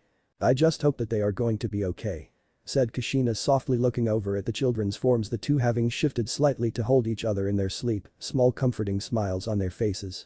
"I wouldn't worry about Naruto, Kushina-san," spoke up Tazuna, looking away from Gato's body and towards the Redeed behind him, prompting her to turn to face him once again. "Why do you say that?" questioned Kushina. "Well, you see, once he… well…" Here Tazuna could only gesture towards the bridge. "He did that, Gato tried to escape and one of those black things ran over and grabbed him before he could escape and dragged him back over to Naruto," continued Tazuna as Kushina listened, being able to picture everything the man was telling her as she looked down at the body. "He looked like he was barely able to stand, but one of those black things helped him walk over to where Gato was, and then he said something to Gato before he finished him. I don't know what he said, but after that he just walked over to Hinata and pulled her to the side, telling us that you would be here soon and that everything would be alright now," said Tazuna, looking over towards the 2's forms as he did so. "What did he say to Gato?" asked Kushina, listening to Tazuna's statement. Tazuna looked at the boy for a few more moments before letting out a breath and looking up at the sky before speaking. He said that people like him weren't allowed to harm his world anymore. Said Tazuna softly looking over at Kushina who was now looking over at Naruto. His world You know I don't think I'd mind living in his world if it can make him smile like that. Replied Kushina in a quiet whisper as she looked over at the smiling and sleeping form of Naruto and Hinata. Yubi, would you mind getting those clones to take those two home? Asked Kushina through her mental link with her marble orb. No problem, I have to dismiss most of them soon though, to stay like that taxes Naruto pretty bad at the moment and changing them all at once almost drained him completely. Replied Yubi as four of the black Narutos began to crack and glow before they were pulled back into their seed form and floated back to Naruto's form sinking into his jacket as they reached him. The remaining two headed over towards the sleeping forms of Naruto and Hinata. When they reached the spot in front of them there was a small scuffle as the two Narutos seemed to fight over how to carry the two. Fortunately for Hinata, the one carrying her had chosen bridal style, so her trip was comfortable enough. Naruto, however, had a less dignified manner of transportation as his had decided that it was easier to simply lift up Naruto's feet before dragging him off. Luckily for Naruto, Kiba came to the rescue laughing as he showed the clone a better way to transport the exhausted blonde. After a few attempts at miming, Kiba finally got the clone to understand what it was doing wrong and nodded excitedly as it lifted the limp form of Naruto over its shoulder before looking at Kiba as if asking for approval. Kushina meanwhile was overlooking the bridge with a sad little smile of pride upon her face. It seemed Naruto was going to become something really special in this world, now if she could only get the rest of her family to see what they had lost. During this time in another part of the elemental nations, two sisters stood outside on the bow of a ship, watching as it swept its way across the waves towards the land of snow. Their mission of guarding a movie star Koyuki Kazuhana, who was quickly getting on both girls' nerves. Hence them taking this opportunity to simply enjoy the trip and the scenery it offered them. So what do you suppose Kasen and Naruto Nyasen are doing on their mission? Said Minami stepping forward to rest her arms over the railing, looking out over the clear blue water that seemed to stretch out to the horizon, the sea air lightly blowing her deep red hair slightly in the wind. Behind her, Naruto adopted a puzzled little look at the back of her sister. What's it matter, Minami? I mean, come on, we're on our first crank and we are getting to guard a real princess. All the other teams are going to be jealous of use. There's no way that anyone will get a mission like this. Said Naruto stepping forward and hopping a rung up, seating herself so that her legs dangled over the edge of the ship as the sea wind blew her long blonde hair over her face and back. Minami turned her red eyes up to look at her sister, even as Naruto worked to spit out a few strands of her hair that had found their way into her mouth.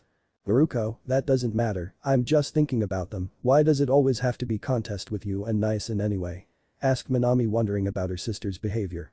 This caught Naruto off guard slightly as she let her thoughts wander slightly on the subject. As the memories passed before her eyes, she remembered how much Mito looked up to Naruto, while no matter how hard she worked, her younger sister would never look at her with the same light in her eyes. Hey, all I'm doing it pointing out what's true, besides, when did you start sticking up from Naruto? Weren't you always the one saying that he was goofing off? Fired back Naruto, turning her ocean blue eyes to look down into the red eyes of her sister. Minami felt a large pang of guilt as Naruto spoke, remembering her own actions towards their brother. I was wrong, I've told you that already, we both were, but you don't seem to want to see it. Why? Asked Minami, a true note of curiosity in her tone. Minami knew that something else was going on here. Naruto was many things, but she was never a cruel person, she only ever seemed to be agitated when it came to their brother. Whatever, he didn't seem so special to me, I mean we were still way ahead of him. Replied Naruto with a hint of pride in her voice. This caused Minami to push herself back from the railing and step back to stand in front of her sister. We are better than him, Naruto, because we had Tausen, Kasen, and Ara-sensei to work with us all the time, but Naruto never had that. Doesn't that seem wrong to you? Haven't you ever wondered why he was left out? Asked Minami, willing the blonde before her to see reason. Naruto, however, was getting angry and reason was not going to be on her list today. Who cares why it happened? It's not like it will change anything. We have worked hard to get here and I'm not going to start worrying about our brother just because you and Kasen suddenly decided that we did something wrong. Face it, Minami, we hold the Kyuubi, we had to have more training and we're always going to better shinobi than him. He didn't have to work to control something like that, he had it easy. Fired back Naruto, her voice rising with emotion as it did so. Easy? Easy, what the hell are you talking about, Naruto? He didn't have anything easy, he was alone and working to get there alone. You and I had all the help, we had it easy, what could he possibly have that we didn't? Asked Minami, feeling truly lost as to where this was coming from. What we had? Oh, I don't know, maybe our little sister's love. Shouted Naruto, a few tears spilling from her eyes as she yelled at her sister. Minami looked like she had just been smacked in the face. Out of everything she could have heard, this was not what she had expected. However, after a moment it began making sense, but before she could think more Naruto continued. Don't tell me you don't see it. Mito looks up to him like he is some hero, and he isn't anything compared to us. It didn't matter how much we tried, she never looked at me like she did at him. I tried everything I could, but I was always just second place when he was around, and why? What did he have that I didn't? I trained into the ground, I became an amazing shinobi, I did everything I was supposed to, so tell me why I couldn't be her hero, but that goof of a brother could be? Shouted Naruto with tears now clearly falling from her face. Minami still looking on with a clear shock upon her face. So yeah, I don't care what Naruto is doing, if it wasn't for him I wouldn't have lost Mito. Screamed the blonde, this final statement coming out in a cracked sob. What are you talking about, lost her? Asked Minami, not understanding what was being said. She had never seen Mito angry at her sister. Yeah, that's right, our sister Mito doesn't want anything to do with me, no matter what I say or offer she just pouts and says no. And why? Because I tried to show her that I was better than Naruto, which I am. Why, tell me why? It doesn't matter how many times I say I'm sorry, she doesn't let me back in and it's all his fault. Finished Naruto as she tried to catch her breath after her shouting. Naruto, Mito isn't like that, she is always happy to see us. Said Minami softly, trying to calm her sister down before moving on. Yeah, to you, but whenever she looks at me I can see it in her eyes, she still hasn't forgiven me and she won't let me. I know it was wrong to act like that with Naruto, but what's the point of knowing if you can't change it? Tell me that, what's the point of knowing if you don't have the chance to change anything? Asked Naruto with a hint of pleading in her voice as she sank to her knees on the deck, having hopped off the railing during the earlier shouting. Naruto. Minami tried to say, but the words wouldn't form because in truth she didn't know what to say. I know I was a stupid kid, but damn it, why can't I be the hero to my own sister? I've worked myself to the bone every day, I've done everything I was told, why can't I be the hero to my own family? Spoke the blonde as her tears dribbled down to the deck. Minami could only look down at the shivering form of her sister as she went down on her knees before her and pulled her into a hug. Naruto, please tell me that's not what's going on here. You always tried to make everyone so happy that you always did what Tausen and Jiraiya said without question. You trained every day, no matter what it was, until you mastered it, just so that everyone would be happy and proud. Oh Naruto, you don't even see it anymore, do you? We don't need you to be our hero, we just want you to be our family, you don't have to protect us. Thought Minami as she held her sobbing sister as gently stroked her blonde hair and whispered softly into her ears.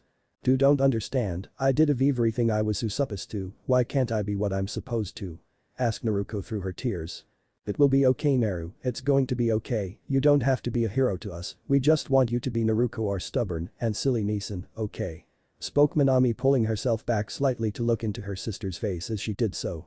Naruto couldn't speak but nodded slightly. It was going to be a long road for her sister, but Minami hoped she would be able to help Minami realize what was really important for her. It was a week later in Wave and the bridge was nearing completion.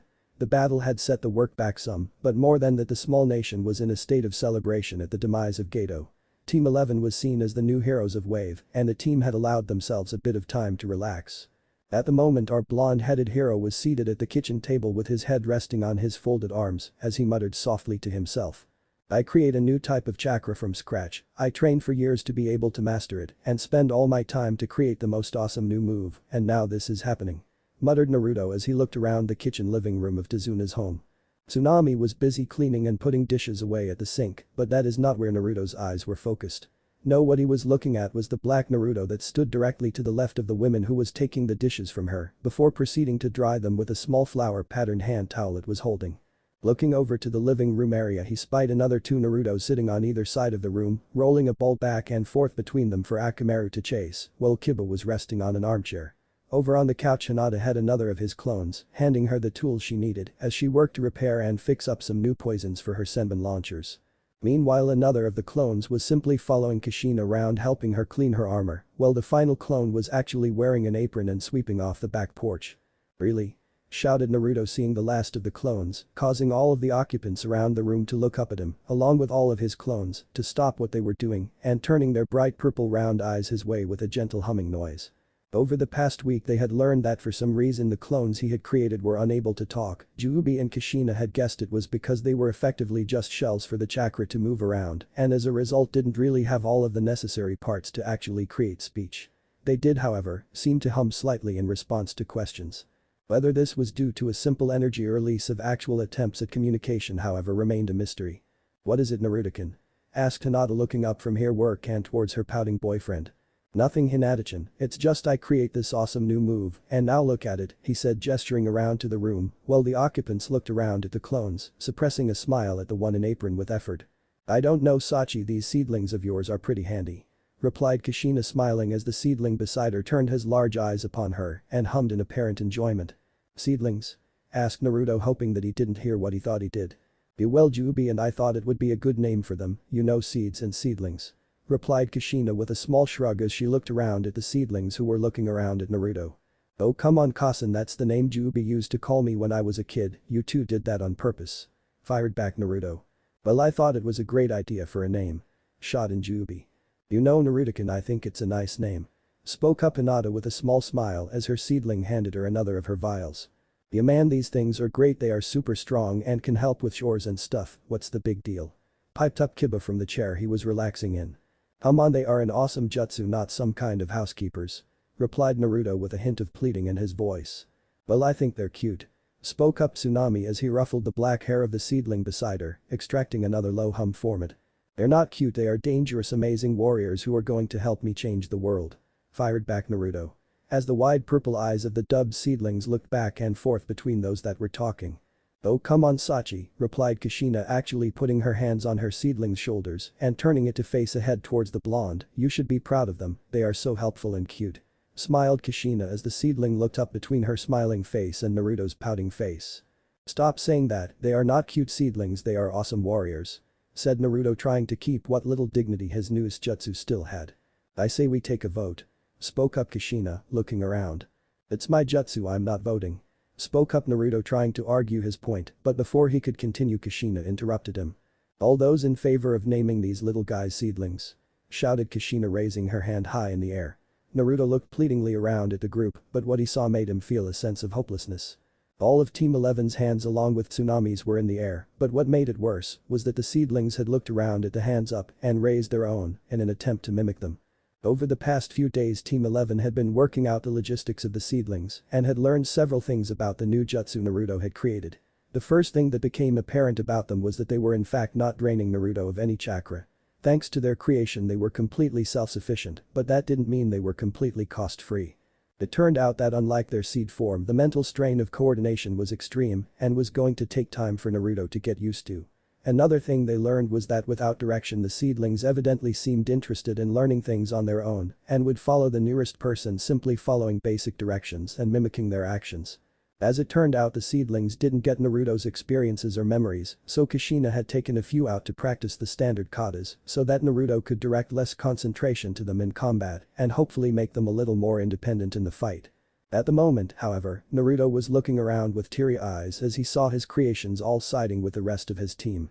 The traitors, this is mutiny, I've been betrayed. Shouted Naruto pointing at all of them, while Jubi roared with laughter in his head. Haha, well congratulations Naruto, you have created your own fighting force haha that is now turned traitor hahaha. Laughed Jubi absolutely rolling from what she was witnessing. Naruto simply lowered his head back down to the table with an unceremonious grunt as the rest of the group broke out into small chuckles and giggles, which was soon joined by some humming from the now officially dubbed seedlings. Moments later joined by the rhythmic thumping as Naruto began beating his head against the table. A day later found all of Team 11 standing on the land end of the newly finished bridge, along with the majority of the people of the wave, with Tezuna's family right at the head. We can't thank you enough for saving us from Gato. Started Tezuna before Inari stepped forward grinning up at Naruto and Hinata. Hey Naruto, will you come back to see us sometime? Asked the boy with a hint of clear hope in his voice. The rest of Team 11 smiled over it. Naruto bent down on one knee to look into the younger boy's eyes. It's a promise Inari, we'll see each other again and I expect you to have changed this place into your very own wave. Naruto said smiling into the boy's face as Inari's face split into his own smile. Hi, I will no problem and when you get back you'll be proud of the wave I've helped make. Replied Inari looking back at the crowd behind him. You know it, we are going to make wave shine once again in this world. Bellowed Tezuna stepping forward to place a hand on Inari's shoulder as he did so smiling to match the boys. What do you say people, let this bridge be our start to a bigger and better wave and let's hear it for our heroes one last time. Shouted Tezuna extracting an uproar of cheering and celebration from the crowd behind them. As the cheering continued Team 11 began to move away waving and yelling calls of thanks until the bridge and the group was out of sight of one another. A few hours later the group was taking a small rest before they continued on, and Kushina took this time to discuss a matter that she had been considering over the past few days. "Team, there is something we need to clarify before we get back into Konoha," Kushina said from her seat beside Kiba on an overturned log, directing the rest of the team's attention towards her. "Hi sensei, what's that?" asked Kiba looking up from where Akamaru was chasing one of Naruto's seeds around a tree, attempting to catch the elusive orb. During their travel Kushina had suggested that Naruto reseal his clones so as to make them faster, so at the moment Naruto was simply leaving them in their seed form while Juubi ran drill with him as they ran. "It's about this mission. I want to know if you all are willing to allow most of the events surrounding this mission to remain just between us," replied Kushina simply, looking around into the questioning faces of her team. "Kushina-sensei, what do you mean keep it quiet? I thought we had to provide a mission report," asked Hinata, wondering what Kushina was talking about. Naruto in the meantime was looking at his cousin with a sad little smile on his face. "It's because of me, Hinata-chan," spoke up Naruto, prompting both Hinata and Kiba to turn their gaze upon the blonde. "She is trying to protect me and my condition from getting out and making me a target," continued Naruto, looking around at the group and getting a small nod from Kushina as their eyes meet. "Wait, what about us facing down Zabuza or Naruto and Hinata fighting on the bridge? What are we going to say about everything that happened?" asked Kiba looking around. "I have been thinking and I've come up with two choices, either we come forward and tell the whole truth. Or we bury it and I give a false report on the Zabuza fight leaving out Naruto's work." Kushina finished with a bit of a bitter note in her voice. She had been thinking about it ever since she had learned of Naruto's new condition and what she would be putting in her report. Naruto and Juubi had suggested that they simply be left out of the report altogether, which Kushina was at first angry at. She had argued that this was Naruto's chance to be seen as just as good as his sisters by everyone, but that hadn't gotten the reaction she had expected. Flashback. "Ahaha, really, is that all? Hahaha, what do I care about that kind of thing? Besides, if it was attention I wanted I would have signed that scroll we found on the bandits as soon as I saw it." Laughed the blonde as Kushina asked him why he would throw away this chance. "But Sachika, why? It doesn't have to tell about your powers, we can just say you did it with what you already know." Kushina tried to reason, but Naruto only waved her off slightly. "Oh come on cousin, we both know that it will seem odd that some standard shinobi like me was able to turn the tide of a battle, all that will get us is a mind reader jumping into our heads and then they find out anyway," said Naruto smiling. "Besides, what do I need with popularity or fame? Those things just fade away with time and I care about things that are going to last. After all, I'm going to change the world, I can't be worried about little things like that," continued Naruto, raising his arms to gesture around him. "Are you sure about this?" asked Kushina as she looked at her Sachi. "Hi, don't worry cousin, I'll show everyone in time, I just don't want it to cause problems right now, K," replied Naruto. "Okay Naruto, I understand," replied Kushina with a small nod. Flashback end. "Are you sure Naruto, you were awesome, I would tell everyone," said Kiba in a surprised voice. "Yeah Kiba, I'm sure, besides, here he had his one seed transform into a seedling." That Akamaru immediately began running around excitedly. "Think how awesome it will be when I bust these guys out in front of people and they don't see it coming," Naruto said, smiling as Kiba looked between the seedling and a slightly larger than normal scroll that stuck out of Naruto's traveling pack. "If you're sure buddy, I guess I'll keep quiet, but if my cousin and Nisan find out I kept this secret, me and your seedlings will be cleaning out the kennels for the next month and I still think you should try out those fuzz balls," chuckled Kiba as he stuck a thumb over to the seedling, who without direction had taken to chasing Akamaru around in circles as the pup barked happily, and then over to the scroll in Naruto's pack. "I won't tell anyone either Naruto-kun." "But what are you going to tell me though?" asked Hinata, wondering how he was going to be able to keep his abilities secret from the Reteed as she was basically attached to them at the hip while they were in the village. "Oh, I figure I'll have to tell her when we get back, but all I have to do is promise to take her and Hanabi out for ice cream and they won't talk," smiled Naruto, turning to Hinata. "Besides," spoke up Kushina, "even if those two were to talk, them being kids makes it pretty unlikely that it will be taken seriously," chuckled Kushina, imagining Mito telling people about a group of big black Naruto dolls running around. The team looked from the seedling, who was now rolling around with Akamaru on the ground whistling with the pup, and then back at each other nodding. "Okay cousin, but make sure you don't get in trouble with the Hokage, okay?" said Naruto, looking over at the Reteed.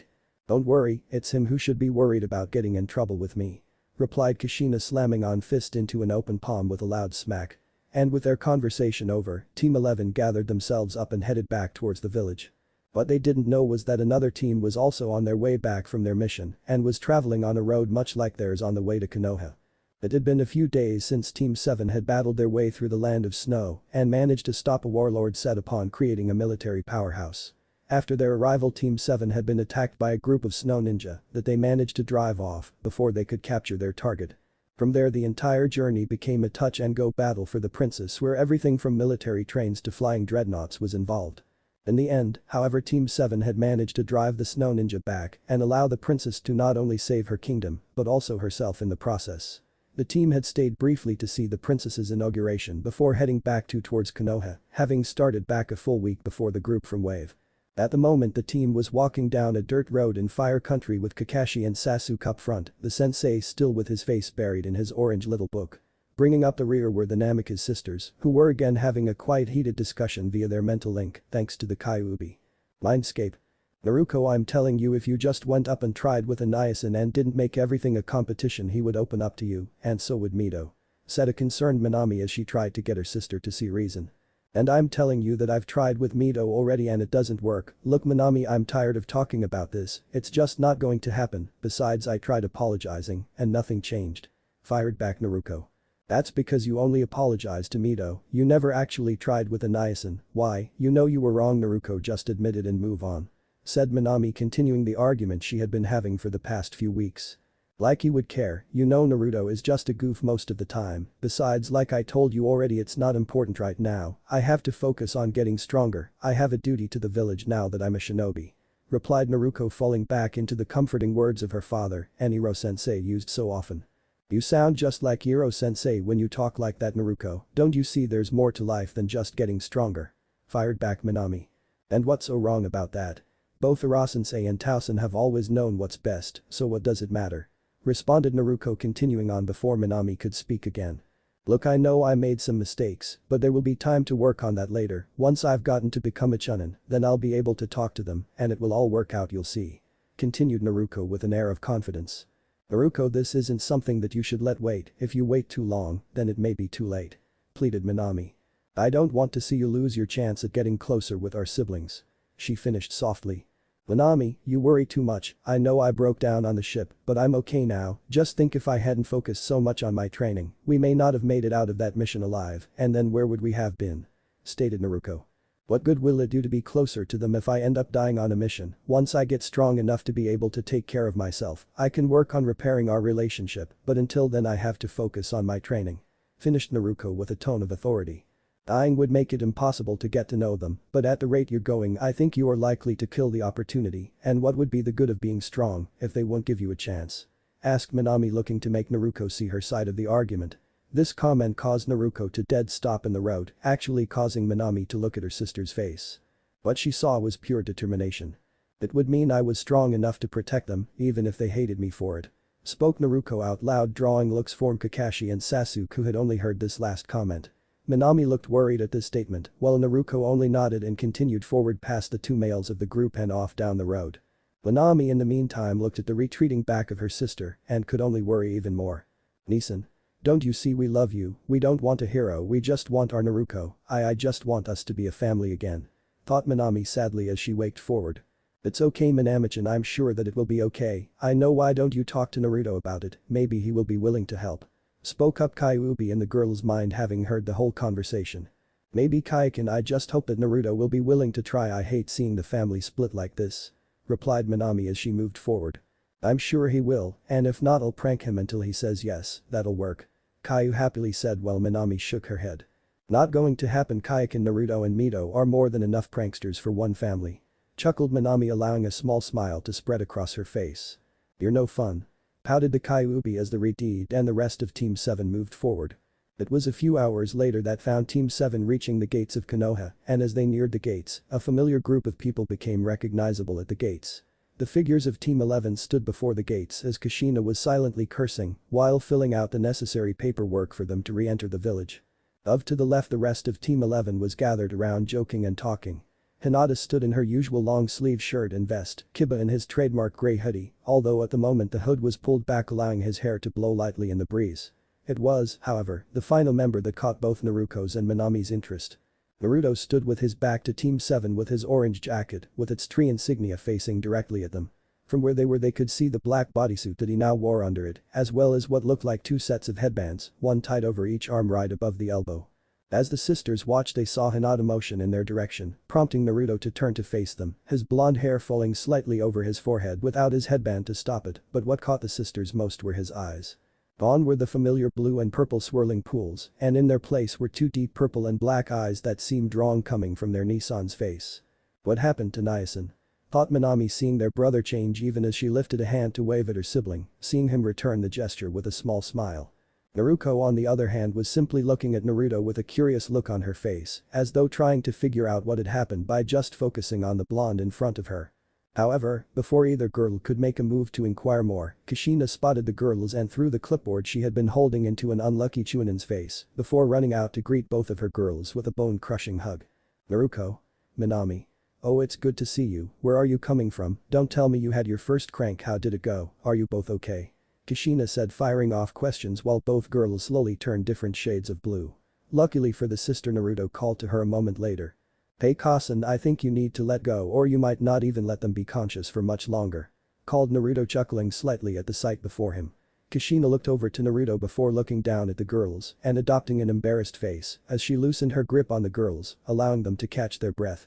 Oops, sorry girls, it's just good to see you, it really is great to have everyone back, tell you what, I have to go report on my mission, but later at home I want you two to tell me everything, okay, we'll have a big family dinner to celebrate everyone's missions, okay? Said Kushina, looking back and forth between Naruko, Minami and Naruto, who had walked up with the rest of Team 11. The girls nodded, smiling up at their mom as Kushina moved back to the gate accompanied by Kakashi, who also began the paperwork to re-enter the village. Once completed, the two Jonin senseis proceeded to head for the Hokage Tower to hand in their reports telling their teams they were dismissed. At this, Sasuke, Kiba and Hinata all headed out to see their families, Hinata giving Naruto a brief kiss on the cheek before heading off, leaving the three triplets standing just outside the gate. So nice, and what's with the new cloths, they look brand new. Started Minami, hoping to get a conversation going with Naruto. Although she and Naruto had been getting to know each other better prior to the wave mission, the Redeeds still found it hard to talk to her brother sometimes. Yeah, they are, I got them during the mission, what do you think? Asked Naruto, stepping back and striking a small pose that showed off the new cloths. I think they're a big step up from that stupid jumpsuit you used to wear. Chimed in Naruto, causing Minami to shake her head slightly. Naruto had all the subtlety of an explosive tag most of the time, and even her compliments were brash. Naruto turned his head slightly to look over at Naruko with his purple and black eyes, which prompted Naruko to continue. But hey, who cares about cloths, what happened to your eyes, did you start wearing contacts or something? Asked Naruko, not seeing the look on Naruto's face as she asked. Minami looked between the two, expecting a fight to start, but what happened instead surprised her.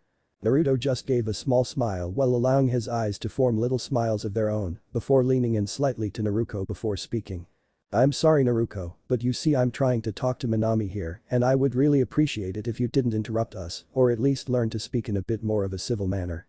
Spoke Naruto in a friendly tone that somehow radiated confidence. Naruko looked like she had been smacked across the face and glared at Naruto while gritting her teeth together, but before she could speak Naruto turned back to face Minami. But since I know Minami here is curious too, I'll go ahead and answer your question. No, I'm not wearing contacts, my eye color just changed. At first I thought it had some kind of meaning like an ocular jutsu, but it turns out it just changed color, still I like the new look. Naruto finished with a smile directed at Minami, who was staring between Naruko and Naruto, not being able to keep up with what she had just seen happen. Naruko simply glared angrily at her brother with a small bit of moisture appearing in her eyes before she pushed past the two and headed into the village without so much as another word or glance back. Naruto saw the small tears forming in his Nissan's eyes as she pushed past him and felt a small pang of guilt upon seeing them. True, Naruko and him had been distant from each other to such an extent that he could hardly even see her as a sister anymore, but that didn't mean he liked the idea of hurting her. Still, if she was going to throw out such comments, she would be getting the same back from him in kind. His acceptance had done nothing but have them move further away, and in his new world one thing he would not do is repeat the mistakes he had made in his old one. At this point Naruto turned his eyes back to his other sister, who was looking at him with a worried little look. Sorry Minami, I didn't want to hurt her, but I'm not willing to just let things like that slide anymore. Said Naruto to his other sister. It's okay Nissan, I guess it just caught me off guard, I mean you show up with different cloths, different eyes, and now you're even acting a bit differently, I guess I just didn't think your first crank would change you this much. Replied Minami. Yeah, I guess a lot did happen during the last few weeks. Said Naruto, looking back down the road and starting for a moment as a thought re-entered his mind. Hey Minami, will you come with me really fast, I need your help with something. asked Naruto turning to face the Redeed with a small smile on his face. Minami looked back at him before nodding, deciding that it was a step forward in getting to know her niacin and maybe learn what had happened to him. Naruto proceeded to lead her a small distance into one of the training fields a small way off from the village. As they moved, Minami saw what looked like small marble-sized black orbs falling out of Naruto's coat but dismissed it as her own imagination as when she looked the next moment they were gone. After a little distance, the siblings were standing in an open field in a deserted training field. Once they landed, Naruto turned to Minami with an excited little look on her face that Minami could not help but feel a little nervous about. "Great, this should be far enough, and the pollens don't sense anyone either," spoke Naruto with a smile. "The what? What are you talking about?" asked a confused Minami, wondering if her niacin had gone mad while he was away. Naruto looked at her for a moment before smacking himself on the forehead, chuckling to himself.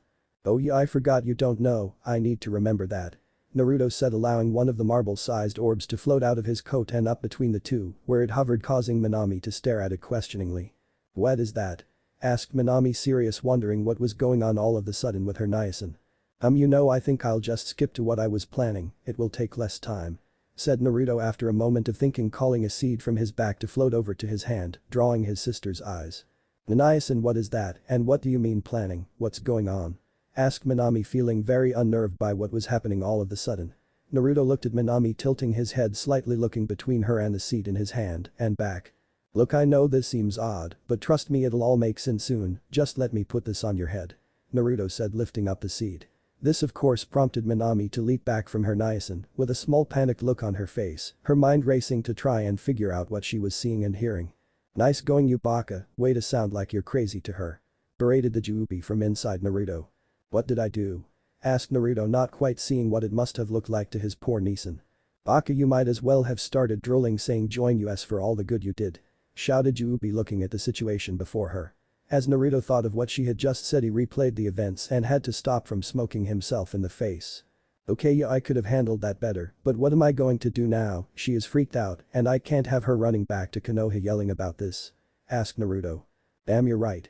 I guess there is nothing for it, you're just going to have to pull her into the mindscape by force, but be careful, we both know she's no pushover," spoke Juubi in a serious tone. Meanwhile, Minami was having her own mental debate. What the hell is going on? What the hell is going on? First Naruto shows up different, acts different, now he has strange black orbs coming out of him and talking about making it all make sense. Wait, is this some kind of jutsu or trap? Oh Kami, what if he is caught by some kind of enemy trap, what if he already got the rest of his team? I need to tell someone, I need to help him," shouted Minami inside of her head, trying not to panic even as her mind raced. "It's okay Minami-chan, I'll help you get your brother back, all we have to do is subdue him first, then take him back," spoke of Kyuubi, trying to help the girl. "Thanks Kayakin, you're right, hold on niacin, I'll take care of this," thought the Redeed as she sank into a battle stance before her brother.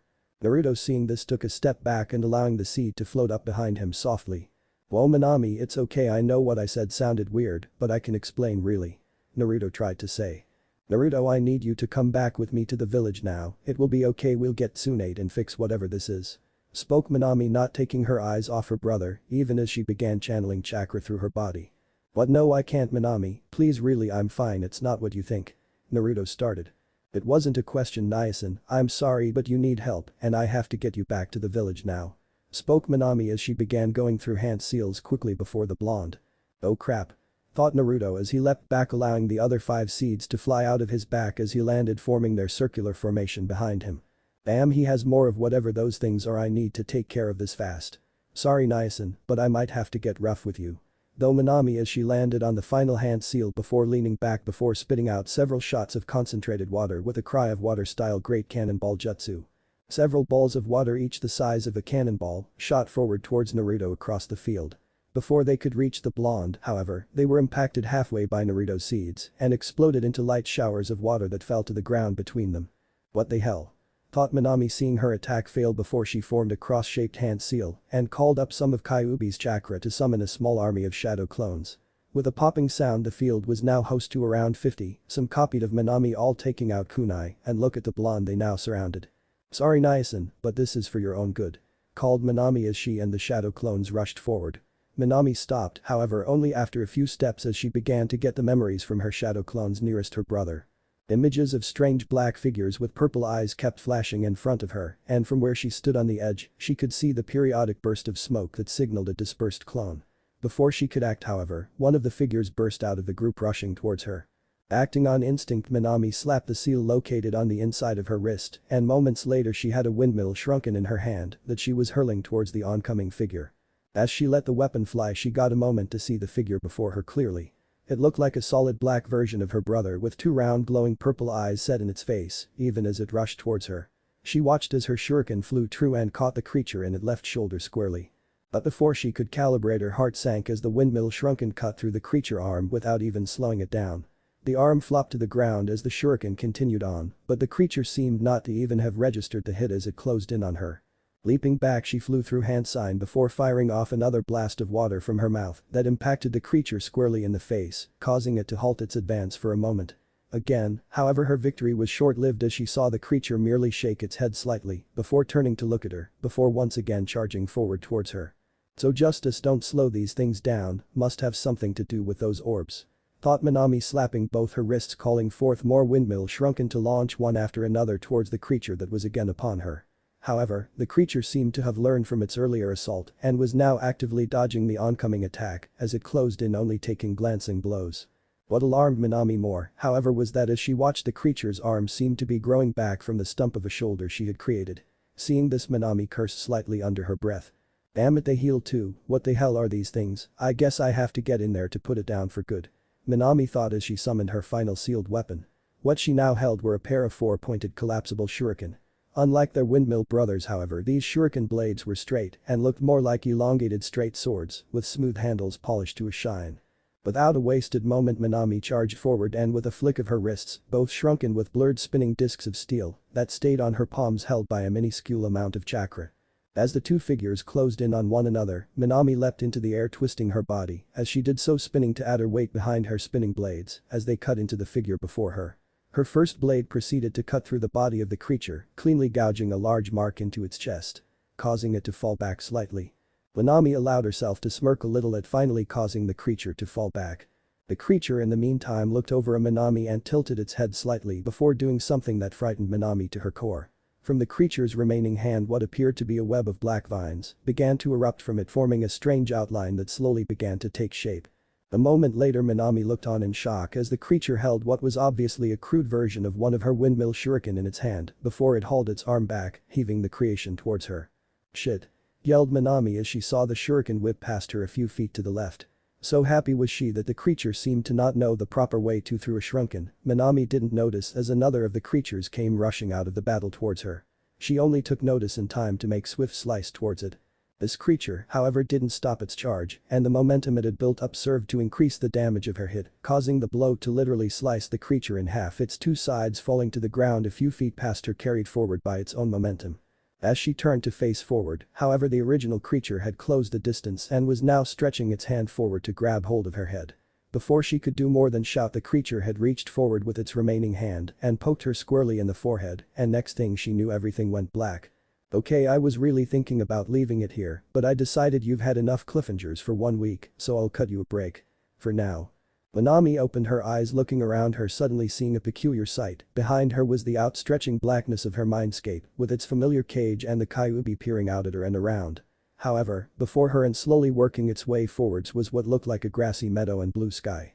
As she watched, the blackness of her mindscape was slowly eaten away by the new green and blue, right up to the very edge of the Kyuubi's cage. Then small vines began to work their way up the red bars of the cage, wrapping themselves around and growing on them small purple flowers. As she watched this, she nearly missed the approach of a figure from behind her. What alerted her was the small voice of the Kyuubi. "Mama," spoke Kyu with a soft little voice heavy with emotion and hope as the women that Minami had seen during Naruto's exam stepped forward with bare feet across the grass, up to the red cage before her. Her purple hair swayed gently as she moved forward, and her face was covered by a happy smile, even as small cascades of tears fell from her eyes as she walked forward into the cage. As she approached, the Kyuubi began to shrink in size until he was about the size of a large tiger, his red eyes never leaving the form of the women before him. "Hi, Sachikin. It's me," spoke the Kyuubi in a soft, scared little voice. For decades she had waited for this moment, a chance to see her children, to speak with them, just to hold them, and now she could not help but fear what would happen if her Sachi would not accept her. Her distress did not last long, however, as with an excited cry the Caillou leapt forward with an excited call and began nuzzling his face into Juubi while wrapping his tails around her and pulling her close.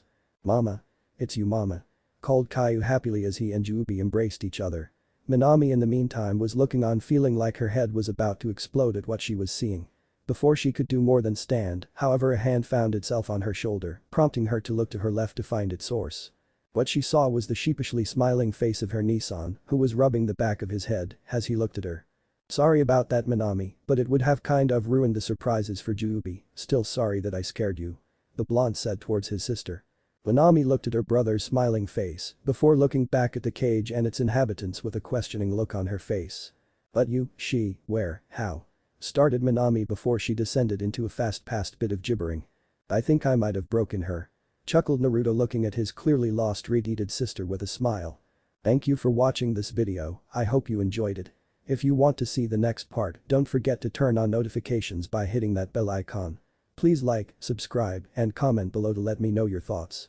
Check out my other videos for more content you might enjoy. Until next time, take care.